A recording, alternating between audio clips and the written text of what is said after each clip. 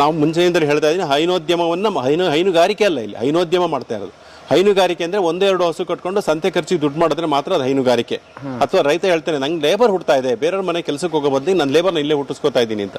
ಅವ್ನು ಲೇಬರ್ ಅವನೇ ಹುಟ್ಟಿಸ್ಕೊಳಂಗಿದ್ರೆ ಅವ್ನ ಹಸು ಸಾಕೋ ಅವಶ್ಯಕತೆ ಇಲ್ಲ, ಬೇರೆಯವ್ರ ಮನೆ ಕೆಲಸಕ್ಕೆ ಹೋಗೋದೇ ಒಳ್ಳೇದು. ಹಸುಗೆ ಯಾಕೆ ಬಂಡವಾಳ ಹಾಕಬೇಕು ಲೇಬರ್ ಹುಟ್ಟಿಸ್ಕೊಳಂಗಿದ್ರೆ ಅಲ್ವಾ? ಅವ್ನು ಕೊಟ್ಟಿಗೆನಲ್ಲಿ ಕರು ಹಾಕೋ ಟೈಮಲ್ಲಿ ಬೆಳಗ್ಗೆ ರಾತ್ರಿ ಆಗಲಿ ಯಾಕೆ ಕಾಯ್ತಾ ಕೂತ್ಕೋಬೇಕು, ಟೆನ್ಷನ್ ಯಾಕೆ ಮಾಡ್ಕೋಬೇಕು? ಹಸುಗೆ ಹುಷಾರಿಲ್ಲ ಅಂದ್ರೆ ಡಾಕ್ಟರ್ನ ಕರ್ಕೊಂಡ್ಬಂದು ಅವ್ನಿಗೆ ಟ್ರೀಟ್ಮೆಂಟ್ ಕೊಡಿಸಿ ದುಡ್ಡೇ ಖರ್ಚು ಮಾಡ್ಕೋಬೇಕು ಬರೀ ಲೇಬರ್ ಹುಟ್ಟೋಂಗಿದ್ರೆ. ಬೇರೆಯವ್ರ ಮನೆ ಕೆಲ್ಸಕ್ಕೆ ಹೋಗ್ಬಿಟ್ರೆ ಊಟ ತಿಂಡಿ ವ್ಯವಸ್ಥೆ ಕೊಟ್ಟು ಲೇಬರ್ ಕೊಡ್ತಾರ ಅವರು. ಉದ್ಯಮಿಯಾಗಿ ಅವನು ಆಲೋಚನೆ ಮಾಡಬೇಕು. ಅಂದ್ರೆ ಅವನು ಲೇಬರ್ ಹುಟ್ಟಿ ಅದ್ರ ಮೇಲೆ ಲಾಭ ಸಿಗಬೇಕು ಅವನಿಗೆ. ರೈತನಿಗೆ 2 ರೂಪಾಯಿ ರೇಟ್ ಜಾಸ್ತಿ ಕೊಟ್ಬಿಟ್ರೆ ಅವ್ನ ಸಮಸ್ಯೆ ಬಗೆಹರಿಯೋದಿಲ್ಲ. ಯಾಕೆ ಅಂದ್ರೆ ಅವನಿಗೆ ಕೊಟ್ಟಂತ 2 ರೂಪಾಯಿನ ನಾವು ಹಿಂದ್ಗಡೆ ಬಾಗಿಲಿನ 4 ರೂಪಾಯಿಗೆ ತಗೊಳ್ಳೋದೇನು ಇವತ್ತಿನ ದಿವಸ ಕಷ್ಟ ಇಲ್ಲ. ಅವನಿಗೆ ಕೊಡ್ತಕ್ಕಂಥ ಬೂಸ್ದಲ್ಲೋ ಅಥವಾ ಮತ್ತೊಂದ್ರಲ್ಲೋ ಅವನಿಗೆ ಚಾರ್ಜ್ ಮಾಡಿದ್ರೆ ನಮ್ ದುಡ್ಡು ಬಂದ್ಬಿಡುತ್ತೆ ಅವನಿಗೆ. ಅದರಿಂದ ಅವನಿಗೆ ಉದ್ಧಾರ ಆಗೋದಿಲ್ಲ, ಅವನ ಸಮಸ್ಯೆ ಬಗೆಹರಿಯೋದಿಲ್ಲ. ಯಾವಾಗ ಅವನ ಉತ್ಪಾದನಾ ವೆಚ್ಚವನ್ನು ನಾವು ಕಮ್ಮಿ ಮಾಡಿಸ್ತೀವಿ, ಆ ಒಂದು ಐಡಿಯಾ ಕೊಡ್ತೀವಿ ಅವನಿಗೆ, ಅವಾಗ ಮಾತ್ರ ಅವನು ಉಳ್ಕೊಳ್ತಾನೆ. ಪ್ರಯೋಗಗಳನ್ನ ಮಾಡ್ತೀವಿ ಅಂತ ಹೇಳಿದ್ನಲ್ವಾ, ಪ್ರಯೋಗಗಳು ಮೊದಲನೇದಾಗಿ ಈ ತರ ನಡೆಯುತ್ತೆ. ಸೈಲೇಜ್ ಮಾಡ್ತಕ್ಕಂಥ ಪ್ರಯೋಗಗಳು. ಸೈಲೇಜ್ ಸಾಮಾನ್ಯಕ್ಕೆ ರೈತರುಗಳು ಏನ್ ಮಾಡ್ತಾರೆ, ಮೆಕ್ಕೆಜೋಳ ಉಪಯೋಗಿಸ್ಬಿಟ್ಟು ಸೈಲೇಜ್ ಮಾಡಿದಾಗ 6-7 ರೂಪಾಯಿ ಖರ್ಚು ಬರುತ್ತೆ. ಅದೇ ನೀವು ನೇಪಿಯರ್ನ ಉಪಯೋಗಿಸ್ಕೊಂಡು ಸೈಲೇಜ್ ಮಾಡಿದ್ರೆ ನಿಮಗೆ 2.5-3 ರೂಪಾಯಿ ನಿಮಗೆ ಖರ್ಚು ಬರುತ್ತೆ. ಸೊ ತುಂಬಾ ಅವನಿಗೆ ಹಣದ ಉಳಿತಾಯ ಆಗುತ್ತೆ. ದಿನಕ್ಕೆ 20 kg ಒಂದು ಹಸುಗೆ ಅಂತಂದ್ರೆ 200 kg ಅವ್ನ ಶೆಡ್ಡಲ್ಲಿ ಬೇಕು ಅಂದ್ರೆ ಎಷ್ಟು ದುಡ್ಡು ಉಳಿತಾಯ ಆಗೋದು. 1 kg ಅವನಿಗೆ 3 ರೂಪಾಯಿ 4 ರೂಪಾಯಿ ಉಳಿತು ಅಂತಂದ್ರೆ ಎಷ್ಟು ಉಳಿತಾಯ ಆಗುತ್ತೆ. ಬರ್ರಿ ಬೀಗ್ರ, ಊಟ ಮಾಡೋಣ. ಬಾಳ್ ಮಂದಾಗ್ಲಿ ತಗೋರಿ. ನಿಮ್ ಬಾಯಾರಿಕೆಯಿಂದ ಹಂಗ ಆಗ್ಲೇವಾ? ಗೆಳೆಯರೇ, ಮೇವನ್ನು, ಆರೋಗ್ಯಕರವಾದ ಮೇವನ್ನು ಮತ್ತು ಉತ್ತಮ ಹಾಲು ಬರುವಂಥ ಮೇವನ್ನು ಹೇಗೆ ತಯಾರು ಮಾಡ್ತಾರೆ ಇಲ್ಲಿ ಅನ್ನೋದನ್ನು ನಾವು ಈ ಎಪಿಸೋಡಲ್ಲಿ ನೋಡ್ತಾ ಹೋಗೋಣ. ಅದನ್ನು ಪರಿಚಯ ಮಾಡಿಸೋದಕ್ಕೆ ನಮಗೆ ರಘುರಾಮ್ ಸರ್ ಇದ್ದಾರೆ, ಅವ್ರನ್ನ ಮಾತಾಡ್ಸೋಣ. ಸರ್ ನಮಸ್ತೆ. ನಮಸ್ಕಾರ. ನಮಸ್ಕಾರ ಎಲ್ರಿಗೂ. ಸರ್, ಇನ್ನು ಮೇವು ಭಾಳ ಮಹತ್ವದ್ದು ಅಂತ ಕೇಳ್ಪಟ್ಟಿದ್ದೀನಿ, ಹೇಳಿ ಸರ್ ಅದು. ಹೌದು ನೋಡಿ, ಡೈರಿ ಅಥವಾ ಡೈರಿ ಉದ್ಯಮ ಪ್ರಾರಂಭ ಮಾಡಬೇಕು ಅಂತಂದ್ರೆ ಮೇವಿನ ಭದ್ರತೆ ಬಹಳ ಮುಖ್ಯ. ಮೇವಿನ ಭದ್ರತೆ ಇಲ್ಲ ಅಂತಂದ್ರೆ ಡೈರಿ ಉದ್ಯಮ ಮಾಡಕ್ ಹೋಗ್ಬಾರ್ದು. ನಮ್ಮಲ್ಲಿ ಏನ್ ಮಾಡ್ತಾರೆ, ಡೈರಿ ಅಂತಿದ್ದಾಗ ಹಸುಗಳು ತಂದ್ಬಿಡ್ಬೇಕು, ಶೆಡ್ ಕಟ್ಬಿಡ್ಬೇಕು, ಹಸುಗಳು ತಂದ್ಬಿಡ್ಬೇಕು, ಬೂಸ ತಂದು ಇಟ್ಕೊಂಡ್ಬಿಡ್ಬೇಕು ಅಂತ ಆ ಭಾವನೆ ಮಾತ್ರ ಇದೆ. ಹೊಸದಾಗಿ ಡೈರಿ ಪ್ರಾರಂಭ ಮಾಡಬೇಕಾಗಿರೋ ಮೇವು ಬಹಳ ಮುಖ್ಯ. ಯಾಕೆಂದ್ರೆ ಅದಕ್ಕೆ ಅದರ ಆಹಾರದಲ್ಲಿ ಸಾಕಷ್ಟು ಹೆಚ್ಚು ಪ್ರಮಾಣದಲ್ಲಿ ನಾವು ಕೊಡ್ತಕ್ಕಂಥದ್ದು ಮೇವನ್ನ, ಅದಕ್ಕೆ ನಾವು ಪ್ರಾಮುಖ್ಯತೆಯನ್ನು ಕೊಡೋದಿಲ್ಲ. ಸೊ ಒಂದೇನಾಗಿದೆ ಅಂತಂದ್ರೆ, ಮೇವಿನಲ್ಲೂ ಕೂಡ ರೈತರಲ್ಲೂ ಕೂಡ ಸುಮಾರು ಕನ್ಫ್ಯೂಷನ್ಸ್ ಇದೆ. ಯಾಕೆಂದ್ರೆ ಎಲ್ಲ ವಿಶ್ವವಿದ್ಯಾನಿಲಯಗಳು ಕೂಡ ಹಲವಾರು ರೀತಿಯ ಮೇವುಗಳನ್ನು ಅಭಿವೃದ್ಧಿಪಡಿಸಿದ್ದಾರೆ. ಅವನಿಗೆ ಅದ್ರ ಬಗ್ಗೆ ತಿಳುವಳಿಕೆ ಇಲ್ಲ. ಯಾವ ಮೇವಿನಲ್ಲಿ ಎಷ್ಟು ಪೋಷಕಾಂಶ ಇದೆ, ಯಾವ ಮೇವು ಹೆಚ್ಚು ಇಳುವರಿ ಕೊಡುತ್ತೆ, ಯಾವ ಮೇವನ್ನ ನಾನು ಹಾಕಿದ್ರೆ ಅದು ಆರೋಗ್ಯವಾಗಿರುತ್ತೆ ಅನ್ನೋದ್ರ ಬಗ್ಗೆ ಅವನಿಗೆ ತಿಳುವಳಿಕೆ ಇಲ್ಲ. ಅವನು ಏನ್ ಮಾಡ್ತಾನೆ, ಸಾಮಾನ್ಯಕ್ಕೆ ರೈತ ಯಾವುದೋ ಅವನಿಗೆ ಪರಿಚಯ ಇರ್ತಕ್ಕಂಥದ್ದು, ಅವನ ಸ್ನೇಹಿತರು, ನೆಂಟರೋ ಇಷ್ಟೋ ಅಥವಾ ಪಕ್ಕದ ತೋಟದಲ್ಲಿ ಯಾರಾದ್ರೂ ಮೇವು ಹಾಕಿರ್ತಾರಲ್ವಾ, ಅದನ್ನ ತಗೊಂಡ್ಬರೋದು, ಇವ್ನು ನಾಟಿ ಮಾಡ್ಬಿಡೋದು, ಇವ್ನು ಬೆಳೆಯೋದು, ಇದೇ ತರ ಮಾಡ್ತಾ ಇರ್ತಾನೆ. ಸೊ ಈ ನಿಟ್ಟಿನಲ್ಲಿ ಅಕ್ಷಯಕಲ್ಪ ಅಧ್ಯಯನ ಮಾಡುತ್ತೆ, ಯಾವ್ಯಾವ ಮೇವಿನಲ್ಲಿ ಏನೇನು ಪೋಷಕಾಂಶಗಳಿದೆ, ಯಾವ ಮೇವನ್ನ ಬೆಳೆದ್ರೆ ಅವನಿಗೆ ಲಾಭದಾಯಕವಾಗುತ್ತೆ, ಅವನು ಆ ಒಂದು ಭದ್ರತೆಯನ್ನ ಕಾಪಾಡ್ಕೋಬಹುದು ಅನ್ನೋದು. ಯಾಕೆ ಅಂತಂದ್ರೆ, ಕನಿಷ್ಠ ಅಂದ್ರೂ ಕೂಡ 3 ತಿಂಗಳಿಗೆ ಆಗುವಷ್ಟು ಅವನಲ್ಲಿ ಮೇವು ಇಲ್ಲ ಅಂತಂತಂದ್ರೆ ಅವನಿಗೆ ತುಂಬಾ ಕಷ್ಟ ಆಗುತ್ತೆ ಹೈನೋದ್ಯಮವನ್ನು ನಡೆಸೋದು. ಕನಿಷ್ಠ 3 ತಿಂಗಳಿಗೆ ಆಗುವಷ್ಟು ಮೇವು ಅವನಲ್ಲಿ ಸ್ಟಾಕ್ ಇರಬೇಕು, ಆಯ್ತಾ? ಸೊ ಅದರಲ್ಲಿ ಯಾವ ಮೇವನ್ನ ಬೆಳ್ಕೋಬೇಕು? ಮೇವಿನಲ್ಲಿ ನೋಡಿ ಬಹಳ ಪ್ರಮುಖವಾಗಿ 2 ವಿಧ ಇದೆ. ಒಂದು ಏಕದಳ, ಇನ್ನೊಂದು ದ್ವಿದಳ. ಆ ಏಕದಳದಲ್ಲಿ ಮತ್ತೆ ವಾರ್ಷಿಕ ಮತ್ತೆ ಬಹುವಾರ್ಷಿಕ, ದ್ವಿದಳದಲ್ಲೂ ಕೂಡ ವಾರ್ಷಿಕ ಮತ್ತೆ ಬಹುವಾರ್ಷಿಕ, ಎಲ್ಲದೂ ಕೂಡ ಮೇವೇನೇನೆ. ನಮ್ಗೆ ಏಕದಳದಲ್ಲಿ ಏನ್ ಸಿಗುತ್ತಪ್ಪ ಅಂತಂದ್ರೆ ಎನರ್ಜಿ ಸಿಗುತ್ತೆ. ಅಂದ್ರೆ ಅದಕ್ಕೆ ಕಾರ್ಬೋಹೈಡ್ರೇಟ್ಸ್ ಅಂತ ಏನ್ ಹೇಳ್ತೀವಲ್ವ, ನಾರಿನಂಶ ಜಾಸ್ತಿ ಇರುತ್ತೆ, ಅದರಲ್ಲಿ ಹೊಟ್ಟೆ ತುಂಬಿಸುತ್ತೆ ಅದಕ್ಕೆ, ಮತ್ತೆ ಎನರ್ಜಿಯನ್ನ ಕೊಡುತ್ತೆ ಮೇವಿನಲ್ಲಿ. ಅಂದ್ರೆ ನಮ್ಮ ಊಟದ ತಟ್ಟೆನಲ್ಲಿ ಜಾಸ್ತಿ ಇರ್ತಕ್ಕಂಥದ್ದು ಯಾವ್ದಪ್ಪ ಅಂದ್ರೆ ಅನ್ನ ಇರ್ಬೋದು, ಮುದ್ದೆ ಇರ್ಬೋದು, ಜೋಳದ ರೊಟ್ಟಿ ಇರ್ಬೋದು, ಅಥವಾ ಚಪಾತಿ ಇರ್ಬೋದು, ಇವೆಲ್ಲ ಏಕದಳದಿಂದ ಮಾಡಿರ್ತಕ್ಕಂಥ ಆಹಾರ. ಅವು ನಮಗೆ ಎನರ್ಜಿ ಕೊಡುತ್ತವೆ. ಇನ್ನ ಜೊತೆಗೆ ಅದಕ್ಕೆ ನಮಗೆ ಸ್ವಲ್ಪ ಪಲ್ಯ ಇರ್ಬೋದು, ಸಾಂಬಾರ್ ಇರ್ಬೋದು, ಅವೆಲ್ಲ ಪ್ರೋಟೀನ್ ಯುಕ್ತ ಆಹಾರಗಳು. ಅವು ನಮಗೆ ಸ್ವಲ್ಪ ಮಾತ್ರ ನಾವು ಉಪಯೋಗಿಸ್ತೀವಿ. ಅದ್ರ ಹೆಚ್ಚಿಗೆ ಉಪಯೋಗಿಸೋದು ನಾವು ಯಾವ್ದನ್ನ, ಏಕದಳದಲ್ಲಿ. ಸೊ ಅದಕ್ಕೆ ನಾವು ಏಕದಳದಲ್ಲಿ ನಾವಿಲ್ಲಿ ಜಾಸ್ತಿ ಅದಕ್ಕೆ ಪ್ರಾಮುಖ್ಯತೆಯನ್ನ ಕೊಡಬೇಕು. ದ್ವಿದಳದಕ್ಕೂ ಕೊಡಬೇಕು. ದ್ವಿದಳ ಏನ್ ಕೊಡುತ್ತೆ ಅಂತಂದ್ರೆ ಪ್ರೋಟೀನ್ ಅಂಶವನ್ನ ಕೊಡುತ್ತೆ. ಆ ದ್ವಿದಳ ಮೇವನ್ನ ಬಳಸೋದ್ರಿಂದ ಅದ್ರಲ್ಲಿ ಹಾಲಿನ ಇಳುವರಿ ಜಾಸ್ತಿ ಆಗುತ್ತೆ. ಏಕದಳ ಮೇವು, ದ್ವಿದಳ ಮೇವು, ಅವು 2 ಹೇಳ್ಬಿಡಿ ಸರ್. ಏಕದಳ ಯಾವ ಮೇವು? ಇವಾಗ ಏಕದಳ ಅಂತಂತಂದ್ರೆ ನಿಮಗೆ ಅದರಲ್ಲಿ ಎಲೆಗಳು ಚೂಪಾಗಿರುತ್ತವೆ, ಮೊಳಕೆ ಬಂದಾಗ ಒಂದೇ ಒಂದು ಗರಿ ಮೇಲ್ ಬರುತ್ತೆ. ಸೊ ಒಂದೇ ಒಂದು ಬೇರೆ ಕೆಳಗಡೆ ಹೋಗುತ್ತೆ, ಅದು ಫೈಬ್ರಸ್ ರೂಟ್ಸ್ ಅಂತ ಕರಿತೀವಿ ನಾವು. ಆ ತರದಲ್ಲಿ ಮೇವನ್ನು ಬಿಡ್ತಕ್ಕಂಥದ್ದು. ಒಂದು ಉದಾಹರಣೆಗೆ ಮೆಕ್ಕೆಜೋಳ ಏಕದಳ, ಭತ್ತ ಇರ್ಬೋದು, ರಾಗಿ ಇರ್ಬೋದು, ಎಲ್ಲ ಸಿರಿಧಾನ್ಯಗಳು ಇರ್ಬೋದು, ಹುಲ್ಲಿನ ಜಾತಿ, ಎಲ್ಲ ಹುಲ್ಲಿನ ಜಾತಿಯು ಕೂಡ ಏಕದಳ ಮೇವುಗಳು. ದ್ವಿದಳ ಅಂತಂತಂದ್ರೆ ಅದು ಮೊಳಕೆ ಬಂದಾಗ 2 ಎಲೆ ಆಗಿ ಬರುತ್ತೆ. ಅದು ಹುರುಳಿ ಇರ್ಬೋದು, ಅಲಸಂದೆ ಇರ್ಬೋದು, ಅವರೇ ಇರ್ಬೋದು, ಆಮೇಲೆ ಸೋಯಾ ಅವರೆ ಇರ್ಬೋದು, ಈ ಥರದ್ದೆಲ್ಲದೂ ಕೂಡ ದ್ವಿದಳ ಮೇವುಗಳು. ಆಮೇಲೆ ಅದರಲ್ಲೂ ಕೂಡ ನಾನು ಹೇಳ್ದಂಗೆ ಏಕದಳದಲ್ಲೂ ಕೂಡ ವಾರ್ಷಿಕ ಬಹುವಾರ್ಷಿಕ ಇದೆ, ದ್ವಿದಳದಲ್ಲೂ ಕೂಡ ವಾರ್ಷಿಕ ಬಹುವಾರ್ಷಿಕ ಇದೆ. ವಾರ್ಷಿಕ ಅಂದ್ರೆ ಏನಪ್ಪಾ ಅಂದ್ರೆ ಒಂದು ಸತಿ ನೀವು ಅದನ್ನ ಬಿತ್ತನೆ ಮಾಡಿ ಅದನ್ನ ಕಟ್ ಮಾಡಿದ್ರೆ ಮತ್ತೆ ಚಿಗುರೋದಿಲ್ಲ. ಮತ್ತೆ ಆ ಮೇವು ಬೇಕು ಅಂದ್ರೆ ಮತ್ತೆ ನೀವು ಉಳುಮೆ ಮಾಡ್ಲೇಬೇಕು, ಗೊಬ್ಬರ ಹಾಕ್ಲೇಬೇಕು, ನೀರ್ ಬಿಡ್ಲೇಬೇಕು, ಬಿತ್ತನೆ ಮಾಡ್ಲೇಬೇಕು, ಆಮೇಲೆ ಮತ್ತೆ ನಿಮ್ಗೆ ಸಿಗುತ್ತೆ. ಬಹುವಾರ್ಷಿಕ ಅಂದ್ರೆ ಆ ಕೆಲವೊಂದು ಜಾತಿಯ ಮೇವುಗಳನ್ನ ನೀವು ನಾಟಿ ಮಾಡಿದ್ರೆ 5-6 ವರ್ಷಗಳ ಕಾಲ ನಿಮಗೆ ಅದು ಮೇವನ್ನ ಕೊಡಿ. ನೀವು ಮತ್ತೆ ಮತ್ತೆ ನಾಟಿ ಮಾಡೋ ಅವಶ್ಯಕತೆ ಇರಲ್ಲ. ಕಟ್ ಮಾಡ್ದಂಗೆ ಅದು ಚಿಗುರ್ತಾನೆ ಇರುತ್ತೆ. ಇವೆಲ್ಲ ಕೂಡ ಬಹುವಾರ್ಷಿಕ. ಈ ಬಹುವಾರ್ಷಿಕ ಮೇವುಗಳನ್ನ ಹಲವಾರು ವಿಶ್ವವಿದ್ಯಾನಿಲಯಗಳು ಅಭಿವೃದ್ಧಿ ಪಡಿಸಿದೆ. ಕೊಯಮತ್ತೂರು ಯೂನಿವರ್ಸಿಟಿ ಇರ್ಬೋದು, ಧಾರವಾಡ ಯೂನಿವರ್ಸಿಟಿ ಇರ್ಬೋದು, ಬೆಂಗಳೂರು ಯೂನಿವರ್ಸಿಟಿನಲ್ಲೂ ಕೂಡ ಸಾಕಷ್ಟು ಮೇವು ಅಭಿವೃದ್ಧಿ ಆಗಿದೆ. ಅದ್ರ ಜೊತೆಗೆ ಬೈಪ್ ಸಂಸ್ಥೆನೂ ಕೂಡ ಸಾಕಷ್ಟು ಮೇವನ್ನ ಅಭಿವೃದ್ಧಿ ಪಡಿಸಿದೆ. ಇವುಗಳನ್ನೆಲ್ಲದನ್ನು ಕೂಡ ರೈತರಿಗೆ ತಿಳುವಳಿಕೆ ಕೊಟ್ಟು ಯಾವ ಮೇವಿನಲ್ಲಿ ಹೆಚ್ಚು ಪೋಷಕಾಂಶಗಳಿದೆ, ಯಾವನ್ನ ಬೆಳ್ಕೋಬೇಕು ಅನ್ನೋದ್ರ ಬಗ್ಗೆ ನಾವು ತಿಳುವಳಿಕೆ ಕೊಡ್ತೀವಿ. ಹಾಗಿದ್ರೆ ರೈತ ಒಂದು ಪ್ರಶ್ನೆ ಕೇಳ್ತಾನೆ, ಸರ್ ದ್ವಿದಳ ನಾವು ಹಾಲಿನ ಉತ್ಪಾದನೆಗೆ ನಾವು ಕೊಡ್ತಕ್ಕಂಥದ್ದು ಪ್ರೋಟೀನ್ ಅಂಶ. ಆ ಪ್ರೋಟೀನ್ ಅಂಶ ನಮಗೆ ದ್ವಿದಳದಲ್ಲಿ ಸಿಗುತ್ತೆ ಅಂತಂದ್ರೆ ಹಿಂಡಿ ಬೂಸ ಹಾಕದೇ ಬೇಡವಾ, ಬರೀ ದ್ವಿದಳ ಮೇವನ್ನೇ ಕೊಟ್ಬಿಟ್ರೆ ನಮಗೆ ಹಾಲು ಜಾಸ್ತಿ ಸಿಗ್ಬೋದಲ್ಲ ಅಂತ ಕೇಳ್ಬೋದು. ಆದ್ರೆ ಅದರಲ್ಲಿ ಇರ್ತಕ್ಕಂಥ ಪ್ರೋಟೀನ್ ಪೋಷಕಾಂಶಗಳೇನಿದೆ ಅದು ಕಾನ್ಸಂಟ್ರೇಟ್ ಆಗಿರೋದಿಲ್ಲ, ಸಾಂದ್ರೀಕೃತಗೊಂಡಿರೋದಿಲ್ಲ. ಸೊ ಅಷ್ಟು ನಮಗೆ ಹಾಲಿನ ಉತ್ಪಾದನೆಗೆ ಬೇಕಾದಷ್ಟು ಪ್ರೋಟೀನ್ ಕೊಡಬೇಕು ಅಂತಂದ್ರೆ ಜಾಸ್ತಿ ನಾವು ತುಂಬಾ ವಾಲ್ಯೂಮ್ ಅಲ್ಲಿ ಕೊಡಬೇಕಾಗುತ್ತೆ. ಯಾವ್ದನ್ನ ದ್ವಿದಳ ಧಾನ್ಯದ ಮೇವು. ಸೊ ದ್ವಿದಳ ಧಾನ್ಯದ ಮೇವನ್ನ ಜಾಸ್ತಿ ವಾಲ್ಯೂಮ್ ಅಲ್ಲಿ ಕೊಟ್ಟಾಗ ಏನಾಗುತ್ತೆ ಅಂದ್ರೆ ಅದಕ್ಕೆ ಅಸಿಡಿಟಿ ಆಗುತ್ತೆ. ಸೊ ಅದಕ್ಕೆ ಹೊಟ್ಟೆ ಉಬ್ಬರಿಸ್ಕೊಳ್ತಕ್ಕಂಥ ಸಾಧ್ಯತೆಗಳು ಜಾಸ್ತಿ ಇರುತ್ತೆ. ಸೊ ಯಾಕಂದ್ರೆ ಪ್ರೋಟೀನ್ ಇರ್ತಕ್ಕಂಥ ವಸ್ತುನ ಈಗ ನಾವೇ ಆಗ್ಲಿ ಪ್ರೋಟೀನ್ ಜಾಸ್ತಿ ಇರ್ತಕ್ಕಂಥ ವಸ್ತುಗಳನ್ನ ಅವರೆಕಾಳಾಗಿರ್ಬೋದು, ಹಲಸಿನ ಆಗಿರ್ಬೋದು, ಇವನ್ನೆಲ್ಲ ಜಾಸ್ತಿ ತಿಂದಾಗ ನಮಗೆ ಗ್ಯಾಸ್ ಆಗುತ್ತೆ ಅಲ್ವಾ. ಸೊ ಅದೇ ತರದಲ್ಲಿ ಅದನ್ನು ನಾವು ಹೊಟ್ಟೆ ತುಂಬಾ ತಿಂದಾಗ ನಮಗೆ ಗ್ಯಾಸ್ ಆಗ್ತಕ್ಕಂಥ ಸಾಧ್ಯತೆ ಇರುತ್ತೆ. ಸೊ ಅದಕ್ಕೆ ಕಾನ್ಸಂಟ್ರೇಟ್ಸ್ ನ ಕೊಡ್ಲೇಬೇಕು. ಹಾಲಿನ ಇಳುವರಿಗೆ ನಾವು ವ್ಯಾವಹಾರಿಕವಾಗಿ ಆಲೋಚನೆಯನ್ನ ಮಾಡಿದಾಗ, ಹಾಲಿನ ಇಳುವರಿ ನಮಗೆ ಪ್ರಮುಖವಾದಾಗ ನಾವು ಕಾನ್ಸಂಟ್ರೇಟ್ಸ್ ನ ಕೊಡ್ಲೇಬೇಕು. ಸ್ವಲ್ಪ ಪ್ರಮಾಣದಲ್ಲಿ ನಾವು ದ್ವಿದಳ ಧಾನ್ಯದ ಮೇವನ್ನು ಕೂಡ ಕೊಡಬಹುದು. ಎಷ್ಟು ಕೊಡ್ಬೋದಪ್ಪ ಅಂತಂದ್ರೆ 6-8 kg, ಅದಕ್ಕಿಂತ ಜಾಸ್ತಿ ನಾವು ಕೊಡೋದಕ್ಕಾಗೋದಿಲ್ಲ. 6-8 kg ನಾವು ದ್ವಿದಳ ಧಾನ್ಯದ ಮೇವನ್ನ ಕೊಟ್ಟಾಗ ಅದಕ್ಕೆ ಸಾಕಷ್ಟು ಪ್ರೋಟೀನ್ ಅಂಶ ಸಿಗೋದಿಲ್ಲ. ಸೊ ಅದಕ್ಕೆ ಏನ್ ಮಾಡ್ಬೇಕು ಅಂದ್ರೆ ನಾವು ಕಾನ್ಸಂಟ್ರೇಟ್ಸ್ ನ ಕೊಡಬೇಕು. ಹಿಂಡಿ ಆಗಿರ್ಬೋದು, ಮೆಕ್ಕೆಜೋಳದ ಆಗಿರ್ಬೋದು, ಬೂಸ ಆಗಿರ್ಬೋದು, ಇದನ್ನು ಕೊಡಬೇಕು. ಸರಿ, ಇವಾಗ ಏಕದಳಕ್ಕೆ ಬಂದ್ರೆ ಏಕದಳ ಮೇವಿನಲ್ಲಿ ಪ್ರೋಟೀನ್ ಅಂಶನೇ ಇರಲ್ವಾ? ಖಂಡಿತ ಇರುತ್ತೆ, ಆದ್ರೆ ಜಾಸ್ತಿ ಪ್ರಮಾಣದಲ್ಲಿ ಇರಲ್ಲ, ಕಮ್ಮಿ ಪ್ರಮಾಣದಲ್ಲಿರುತ್ತೆ. ಸೊ ದ್ವಿದಳದಲ್ಲಿ 25-26% ತನಕ ಕೂಡ ನಮಗೆ ಪ್ರೋಟೀನ್ ಅಂಶ ಸಿಕ್ಕಿದ್ರೆ ಏಕದಳದಲ್ಲಿ ಅದು ಮೆಕ್ಕೆಜೋಳದಲ್ಲಿ 10-12% ಸಿಗುತ್ತೆ. ಇನ್ನು ನೇಪಿಯರ್ ಅಲ್ಲೆಲ್ಲ 6-8% ಅಷ್ಟೇ ಸಿಕ್ಕದು. ಅದರಲ್ಲೂ ಕೆಲವೊಂದು ನೇಪಿಯರ್ ಅಲ್ಲಿ ಮಾತ್ರ 10-8% ಸಿಗುತ್ತೆ. ಅದನ್ನ ಯಾವ್ದಪ್ಪ ಅಕ್ಷಯಕಲ್ಪ ಗುರುತಿಸಿದೆ ಅಂತಂದ್ರೆ ಕುಂಬು ನೇಪಿಯರ್. ಆ ಕುಂಬು ನೇಪಿಯರ್ ಅಂತಕ್ಕಂಥದ್ದು ಒಂದು ಮೇವಿದೆ. ಅದರಲ್ಲಿ ಪ್ರೋಟೀನ್ ಅಂಶನೂ ಕೂಡ ಜಾಸ್ತಿ ಇದೆ, ಇಳುವರಿನೂ ಕೂಡ ಜಾಸ್ತಿ ಇದೆ. ಇಳುವರಿ ಎಷ್ಟು ಬರುತ್ತಪ್ಪ ಅಂದ್ರೆ 100-120 ಟನ್ 1 ಎಕರೆಗೆ 1 ವರ್ಷಕ್ಕೆ ಸಿಗುತ್ತೆ. ಅದ್ರಲ್ಲಿ ಆಯ್ತಾ? ಈಗ ನಿಮ್ಮಲ್ಲಿ ಇರ್ತಕ್ಕಂಥ ಮೇವು ಅದೇನಾ? Same ಕುಂಬು Napier. ಬನ್ನಿ ಅನ್ನೋದು. ಓಕೆ ಸರ್, ಇನ್ನೊಂದು ಪ್ರಶ್ನೆ ಬರ್ತದೆ. ಈಗ ಹೇಳ್ತಕ್ಕಂಥ ಬೇರೆ ಬೇರೆ ವಿಭಾಗಗಳನ್ನ ನಮ್ಮ ಕಡೆ ಇದೆ. ಮಣ್ಣು ಬೇರೆ ಇದೆ, ಪ್ರದೇಶ ಬೇರೆ ಇದೆ, ನೀರಾವರಿ ಇದೆ, ನೀರಾವರಿ ಇಲ್ಲದ ಪ್ರದೇಶ ಇದೆ. ಅಲ್ಲೆಲ್ಲ ಈ ತರದ್ ಬೆಳೆಯಕ್ ಸಾಧ್ಯವಾ? ಹೇಗೆ ಇದು? ಈಗ ನೋಡಿ, ನಾವು ಡೈರಿ ಅಂತ ಮಾಡ್ತೀವಿ ಅಂತಂದ್ರೆ ಅದನ್ನ ಕಮರ್ಷಿಯಲ್ ಆಗಿ ಮಾಡಬೇಕು ಅಂತಂದಾಗ ನೀರು ಅತ್ಯವಶ್ಯಕ. ಮೇವನ್ನ ಬೆಳ್ಕೊಳಕ್ಕಾದ್ರೂ ನಮಗೆ ನೀರು ಇರ್ಲೇಬೇಕು. ನೀರು ಇಲ್ದಲೇ ಇರ್ತಕ್ಕಂಥ ಪ್ರದೇಶದಲ್ಲಿ ಖಂಡಿತ ಕಷ್ಟ ಸಾಧ್ಯ, ಮಾಡೋದಕ್ಕೆ ಅದು ಕಷ್ಟ ಆಗುತ್ತೆ. ಆವಾಗ ಅವನೇನ್ ಮಾಡ್ಬೇಕಾಗುತ್ತೆ ಅಂದ್ರೆ ಬೇರೆ ಕಡೆಯಿಂದ ಹೊರಗಡೆಯಿಂದ ಮೇವನ್ನ ಕೊಂಡ್ಕೋಬೇಕಾಗುತ್ತೆ. ಯಾವಾಗ ರೈತ ಬೇರೆ ಕಡೆಯಿಂದ ಹೊರಗಡೆಯಿಂದ ಮೇವು ಕೊಂಡ್ಕೊಳ್ಳೋಕೆ ಪ್ರಾರಂಭ ಮಾಡ್ತಾನೆ, ಅವನು ಉತ್ಪಾದನೆ ವೆಚ್ಚ ಜಾಸ್ತಿ ಆಗುತ್ತೆ, ಅವನಿಗೆ ನಷ್ಟ ಆಗುತ್ತೆ. ಅವನ ಮೇವನ್ನ ಅವನೇ ಬೆಳ್ಕೋಬೇಕು. ಅಷ್ಟು ನೀರಿನ ವ್ಯವಸ್ಥೆ ಅಂತ ಅವ್ನು ಮಾಡ್ಕೊಳ್ಳೇಬೇಕಾಗುತ್ತೆ. ನೀರಿನ ವ್ಯವಸ್ಥೆ ಇಲ್ಲದ್ರೆ ಈ ಮೇವುಗಳನ್ನ ಅವನು ಬೆಳೆಯೋದಕ್ಕೆ ಸಾಧ್ಯ ಇಲ್ಲ. ಈಗ ಇದು ಯಾವ ಮೇವು ಹಂಗಾರೆ ನೀವು ಬೆಳೆದಿರೋದು? ಏನಂತಾರೆ? ಸೊ ಇದರಲ್ಲಿ ಇದು ನೋಡಿ, ಇದು ಗಿನಿ ಹುಲ್ಲಿದು, ಗಿನಿ ಹುಲ್ಲಿದು ಆಯ್ತಾ. ಇದಕ್ಕೂ ಕೂಡ ಪೋಷಕಾಂಶಗಳು ಚೆನ್ನಾಗಿ ಇರುತ್ತೆ. ಬಟ್ ಆದ್ರೆ ಏನಪ್ಪಾ ಅಂದ್ರೆ ತೂಕ ಜಾಸ್ತಿ ಇದು. ಆಮೇಲೆ ಶಾರ್ಪ್ ಎಡ್ಜ್, ಈ ಗರಿಯ ತುದಿ ತುಂಬಾ ಶಾರ್ಪ್ ಇರುತ್ತೆ. ರೈತನಿಗೆ ಗಾಯಗಳಾಗ್ತವೆ ಅವ್ನು ಕಟ್ ಮಾಡ್ಬೇಕಾದ್ರೆ. ಸೊ ಅದೊಂದು ಒಳ್ಳೆ ಮೇವಿನೇ, ಆದ್ರೆ ಇಳುವರಿ ತುಂಬಾ ಕಮ್ಮಿ. ಇದು ನಿಮ್ಗೆ 60-70%, 70 ಟನ್ ಅಷ್ಟು ನಿಮ್ಗೆ 1 ಎಕರೆಗೆ ಬರ್ಬೋದು ನಿಮ್ಗೆ. ಆದ್ರೆ ಕುಂಬು ನೇಪಿಯರ್ ಅಲ್ಲಿ ನಿಮ್ಗೆ 100-120 ಟನ್ ತನಕ ಬರುತ್ತೆ.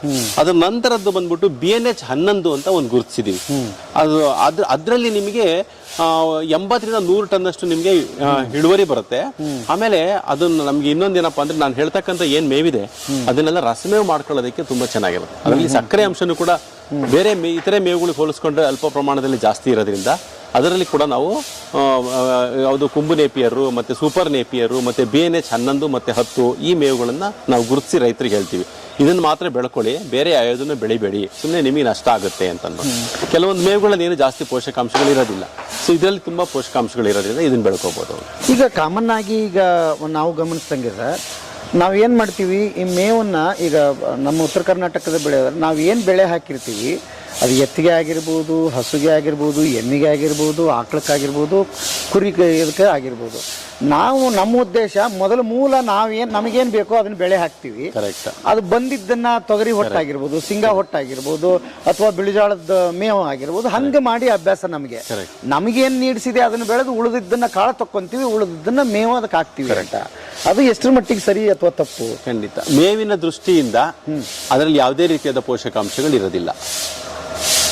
ಅದರಲ್ಲಿ ಬರೀ ನಾರಿನಂಶ ಮಾತ್ರ ನಿಮಗೆ ಸಿಗಬಹುದು. ನಾನು ಅವಾಗಲೇ ಹೇಳಿದೆ, ಪ್ರಕೃತಿಯ ನಿಯಮ ಏನಪ್ಪಾ ಅಂತಂದ್ರೆ ವಂಶಾಭಿವೃದ್ಧಿ. ಯಾವುದೇ ಗಿಡ ಆಗಿರ್ಬೋದು, ಯಾವುದೇ ಪ್ರಾಣಿ ಆಗಿರ್ಬೋದು, ಅದು ವಂಶವನ್ನು ಬೆಳೆಸೋದ್ರ ಕಡೆನೆ ಅದ್ರ ಕಡೆ ಗಮನ ಇರುತ್ತೆ. ಸೊ ಈಗ ಒಂದು ಉದಾಹರಣೆಗೆ, ಒಂದು ಮೇವಿನ ಗಿಡ, ಮೇವು ಆಗಿರ್ಬೋದು ಅಥವಾ ನಮ್ಮ ಆಹಾರ ಧಾನ್ಯದ ಗಿಡ ಆಗಿರ್ಬೋದು, ಅದು ಬೆಳೆದಾಗ ಏನಾಗುತ್ತೆ ಅಂತಂದ್ರೆ ಅದ್ರಲ್ಲಿರ್ತಕ್ಕಂಥ ಕಾಳು ಬಲಿಯೋದಕ್ಕೆ ಪ್ರಾರಂಭ ಮಾಡುತ್ತಲ್ವಾ, ಅವಾಗ ಅದ್ರ ದೇಹದಲ್ಲಿರ್ತಕ್ಕಂಥ ಎಲ್ಲ ಪೋಷಕಾಂಶಗಳನ್ನು ಕೂಡ ಕಾಳಿಗೆ ಅದು ಇದಾಗುತ್ತದು, ದಾರೆ ಎರಿಯುತ್ತೆ. ಅದು ಅವಾಗ ಏನಾಗುತ್ತೆ, ಅದನ್ನ ನಾವು ಕಾನ್ಸಂಟ್ರೇಟ್ಸ್ ಅನ್ನೋದು, ಎಲ್ಲ ಪೋಷಕಾಂಶಗಳು ಬಂದು ಕಾಳಲ್ಲಿ ಸೇರ್ಕೊಳ್ಳುತ್ತೆ. ಆ ಕಾಳನ್ನ ನಾವು ಕಟ್ ಮಾಡಿ ತಕೊಂಡ್ಬಿಡ್ತೀವಿ. ಇನ್ನು ಆ ಉಳಿದಂತ ದಿಂಡಲ್ಲಿ ಯಾವುದೇ ರೀತಿಯಾದ ಪೋಷಕಾಂಶಗಳು ಇರೋದಿಲ್ಲ. ಬರೀ ನಾರಿನಂಶ ಮಾತ್ರ ಇರುತ್ತೆ ಅಷ್ಟೇ. ನಾರಿನಂಶನೂ ಬೇಕು, ಇಲ್ಲ ಅಂತ ಹೇಳಲ್ಲ ನಾನು. ನಾರಿನಂಶ ಅತಿ ಹೆಚ್ಚಾಗಿ ಬರೀ ಅದೇ ಕುಡ್ದು ಒಂದು ಹಸಿಗೆ ಒಂದು ದಿನಕ್ಕೆ 3 ರಿಂದ 4 kg ಮಾತ್ರ ನಾರಿನಂಶ ಇರ್ತಕ್ಕಂಥದ್ದು ಒಣಮೇವು ಬೇಕು. ಪೂರ್ತಿ ನಮ್ಮಲ್ಲಿ ಏನ್ ಮಾಡ್ತೀವಿ, 20-30 kg ಬರೀ ಒಣಮೇವನ್ನೇ ಕೊಡ್ತೀವಿ. ಅದರಿಂದ ಏನು ಪ್ರಯೋಜನ ಆಗಲ್ಲ. ಸೊ ಅದರಲ್ಲಿ ನಾರಿನಂಶ ತಿನ್ನೋದ್ರಿಂದ ಹಾಲಿನಲ್ಲಿ ನಮಗೆ ಕೊಬ್ಬಿನಂಶ ಜಾಸ್ತಿ ಆಗುತ್ತೆ ಹೊರತು ಹಾಲಿನ ಇಳುವರಿ ಜಾಸ್ತಿ ಆಗೋದಿಲ್ಲ. ಸೊ ಅದಕ್ಕೆ ಯಾವುದೇ ಕಾರಣಕ್ಕೂ ಸ್ಟ್ರಾ ಅಂತ ನಾವು ಕರಿತೀವಿ, ಅದರಲ್ಲಿ ಏನೇ ರೀತಿಯ ಪೋಷಕಾಂಶಗಳು ಇರೋದಿಲ್ಲ. ಕಾಳಿರಬೇಕು. ಯಾವುದೇ ಒಂದು ಮೇವನ್ನ ಹಾಲ್ಗಾಳು ಹಂತದಲ್ಲಿ ಕಟ್ ಮಾಡಬೇಕು. ಇವಾಗ ಈ ತೆನೆ ಆಗಿದೆ ಅಲ್ವಾ, ಸೊ ಈ ತೆನೆ ಇವಾಗ ಇದು ಸರಿಯಾದ ಹಂತದಲ್ಲಿದೆ. ಇದು ಬೀಜ ಒಣಗಿಲ್ಲ, ಬಟ್ ಹಸಿ ಇದೆ ಬೀಜ ಇದರಲ್ಲಿ ಇರ್ತಕ್ಕಂಥದ್ದು. ಅಂದ್ರೆ ಇದು ಹಾಲ್ಗಾಳ ಹಂತ ಅಂತ. ಈ ತರ ತೆನೆ ಆಗಿರ್ತಕ್ಕಂಥ ಸಂದರ್ಭದಲ್ಲಿ ಆ ಇಡೀ ಹುಲ್ಲು ಕಾಂಡ ಪೂರ್ತಿ ಸಂಪದ್ಭರಿತವಾಗಿರುತ್ತೆ. ಅವಾಗ ಅದಕ್ಕೆ ಬೇಕಾದಂತ ಪೋಷಕಾಂಶಗಳು ಹಸುಗಳಿಗೆ ಸಿಗ್ತಾ ಹೋಗುತ್ತೆ. ಸೊ ಇದನ್ನ ಗಮನಿಸ್ಕೋಬೇಕು. ಅದು ಬಹುವಾರ್ಷಿಕ ಆಗಿರ್ಬೋದು, ವಾರ್ಷಿಕ ಆಗಿರ್ಬೋದು. ನಮ್ಮಲ್ಲಿ ಏನ್ ಮಾಡ್ತಾರೆ, ಇವಾಗ ನಾವ್ ಹೇಳ್ತೀವಿ ನೋಡಪ್ಪ, ದ್ವಿದಳ ಧಾನ್ಯದ ಮೇವಿನಲ್ಲಿ ಹಾಲಿನ ಇಳುವರಿ ಜಾಸ್ತಿ ಆಗುತ್ತೆ ಅಂತ. ನಮ್ಮಲ್ಲಿ ನಮ್ಮ ಟ್ರೈನಿಂಗ್ ತರಬೇತಿಗೆ ಬರಕ್ ರೈತರು ಎಷ್ಟೋ ಜನ ಕೇಳ್ತಾರೆ, ಸರ್ ಹುರುಳಿ ಒಟ್ಟು ಹಾಕುತ್ತೆ ಸರ್, ಹಾಲೆಲ್ಲ ಸೀದೋಯ್ತು, ಹಾಲು ಕಮ್ಮಿ ಆಗೋಯ್ತು ನಮ್ದು ಅಂತ. ಅವ್ನು ಹಾಕಿರೋದೇನು, ಹುರುಳಿ ಹೊಟ್ಟು, ಹುರುಳಿ ಕಾಳನ್ನು ತೆಗೆದ್ಬಿಟ್ಟು ಅದ್ರಲ್ಲಿರ್ತಕ್ಕಂಥ ಕಡ್ಡಿನ ಹಾಕಿರ್ತಾನೆ ಹಸುಗಳಿಗೆ. ಸೊ ಅದು ಯಾವುದೇ ಕಾರಣಕ್ಕೂ ಅವನಿಗೆ ಕಾಳಲ್ಲಿ ಹೊಟ್ಟೋಗ್ಬಿಟ್ಟಿರುತ್ತೆ, ಪೋಷಕಾಂಶಗಳು, ಪ್ರೋಟೀನ್ ಅಂಶ ಎಲ್ಲ ಕಾಳಲ್ಲಿ ಹೊಟ್ಟೋಗ್ಬಿಟ್ಟಿರುತ್ತೆ. ಅದು ಹೆಂಗೆ ಹಾಲು ಜಾಸ್ತಿ ಆಗೋದಕ್ಕೆ ಸಾಧ್ಯ? ಅದೇ ಹಾಲ್ಗಳಾಗಿರ್ತಕ್ಕಂಥ ಸಂದರ್ಭದಲ್ಲಿ ಕಾಳು ಸಮೇತ ಅವನು ಆ ಹುರುಳಿನ ಕಟ್ ಮಾಡಿ ಕೊಟ್ಟಿದ್ರೆ ಖಂಡಿತ ಹಾಲು ಇಂಪ್ರೂವ್ ಆಗುತ್ತೆ. ಓಕೆ, ಅದ್ಭುತ ಸರ್. ಸುಮಾರು ಜನ ಗೊತ್ತೇ ಇರಲಿಲ್ಲ ನನಗೆ. ಸೊ ಕುಲ್ಡ್ ಮೆಥಡ್ ಅಲ್ಲಿ ಏನೋ ಮಾಡ್ತಾ ಇದೀವಿ ಅಷ್ಟೇನೆ. ಆಮೇಲೆ ಇನ್ನೊಂದು ಬರುತ್ತೆ, ಈಗ ಒಂದು ಆಹಾರ ಪದ್ಧತಿ ಒಬ್ಬೊಬ್ಬರಿಗೆ ಒಂದೊಂದು ಬೇರೆ, ಮನುಷ್ಯರಿಗೆ ತಗೊಂಡ್ರೆ ಬೇರೆ ಇದೆ ಸರ್. ನಾವು ಉತ್ತರ ಕರ್ನಾಟಕ ಖಾರ ಜಾಸ್ತಿ ತಿಂತೀವಿ, ಈ ಕಡೆ ಖಾರ ಕಡಿಮೆ ತಿಂತಾರೆ. ಈ ತರದ್ದು ಇಲ್ಲಿ ಮುದ್ದೆ ತಿಂತೀವಿ, ನಾವು ರೊಟ್ಟಿ ತಿಂತೀವಿ.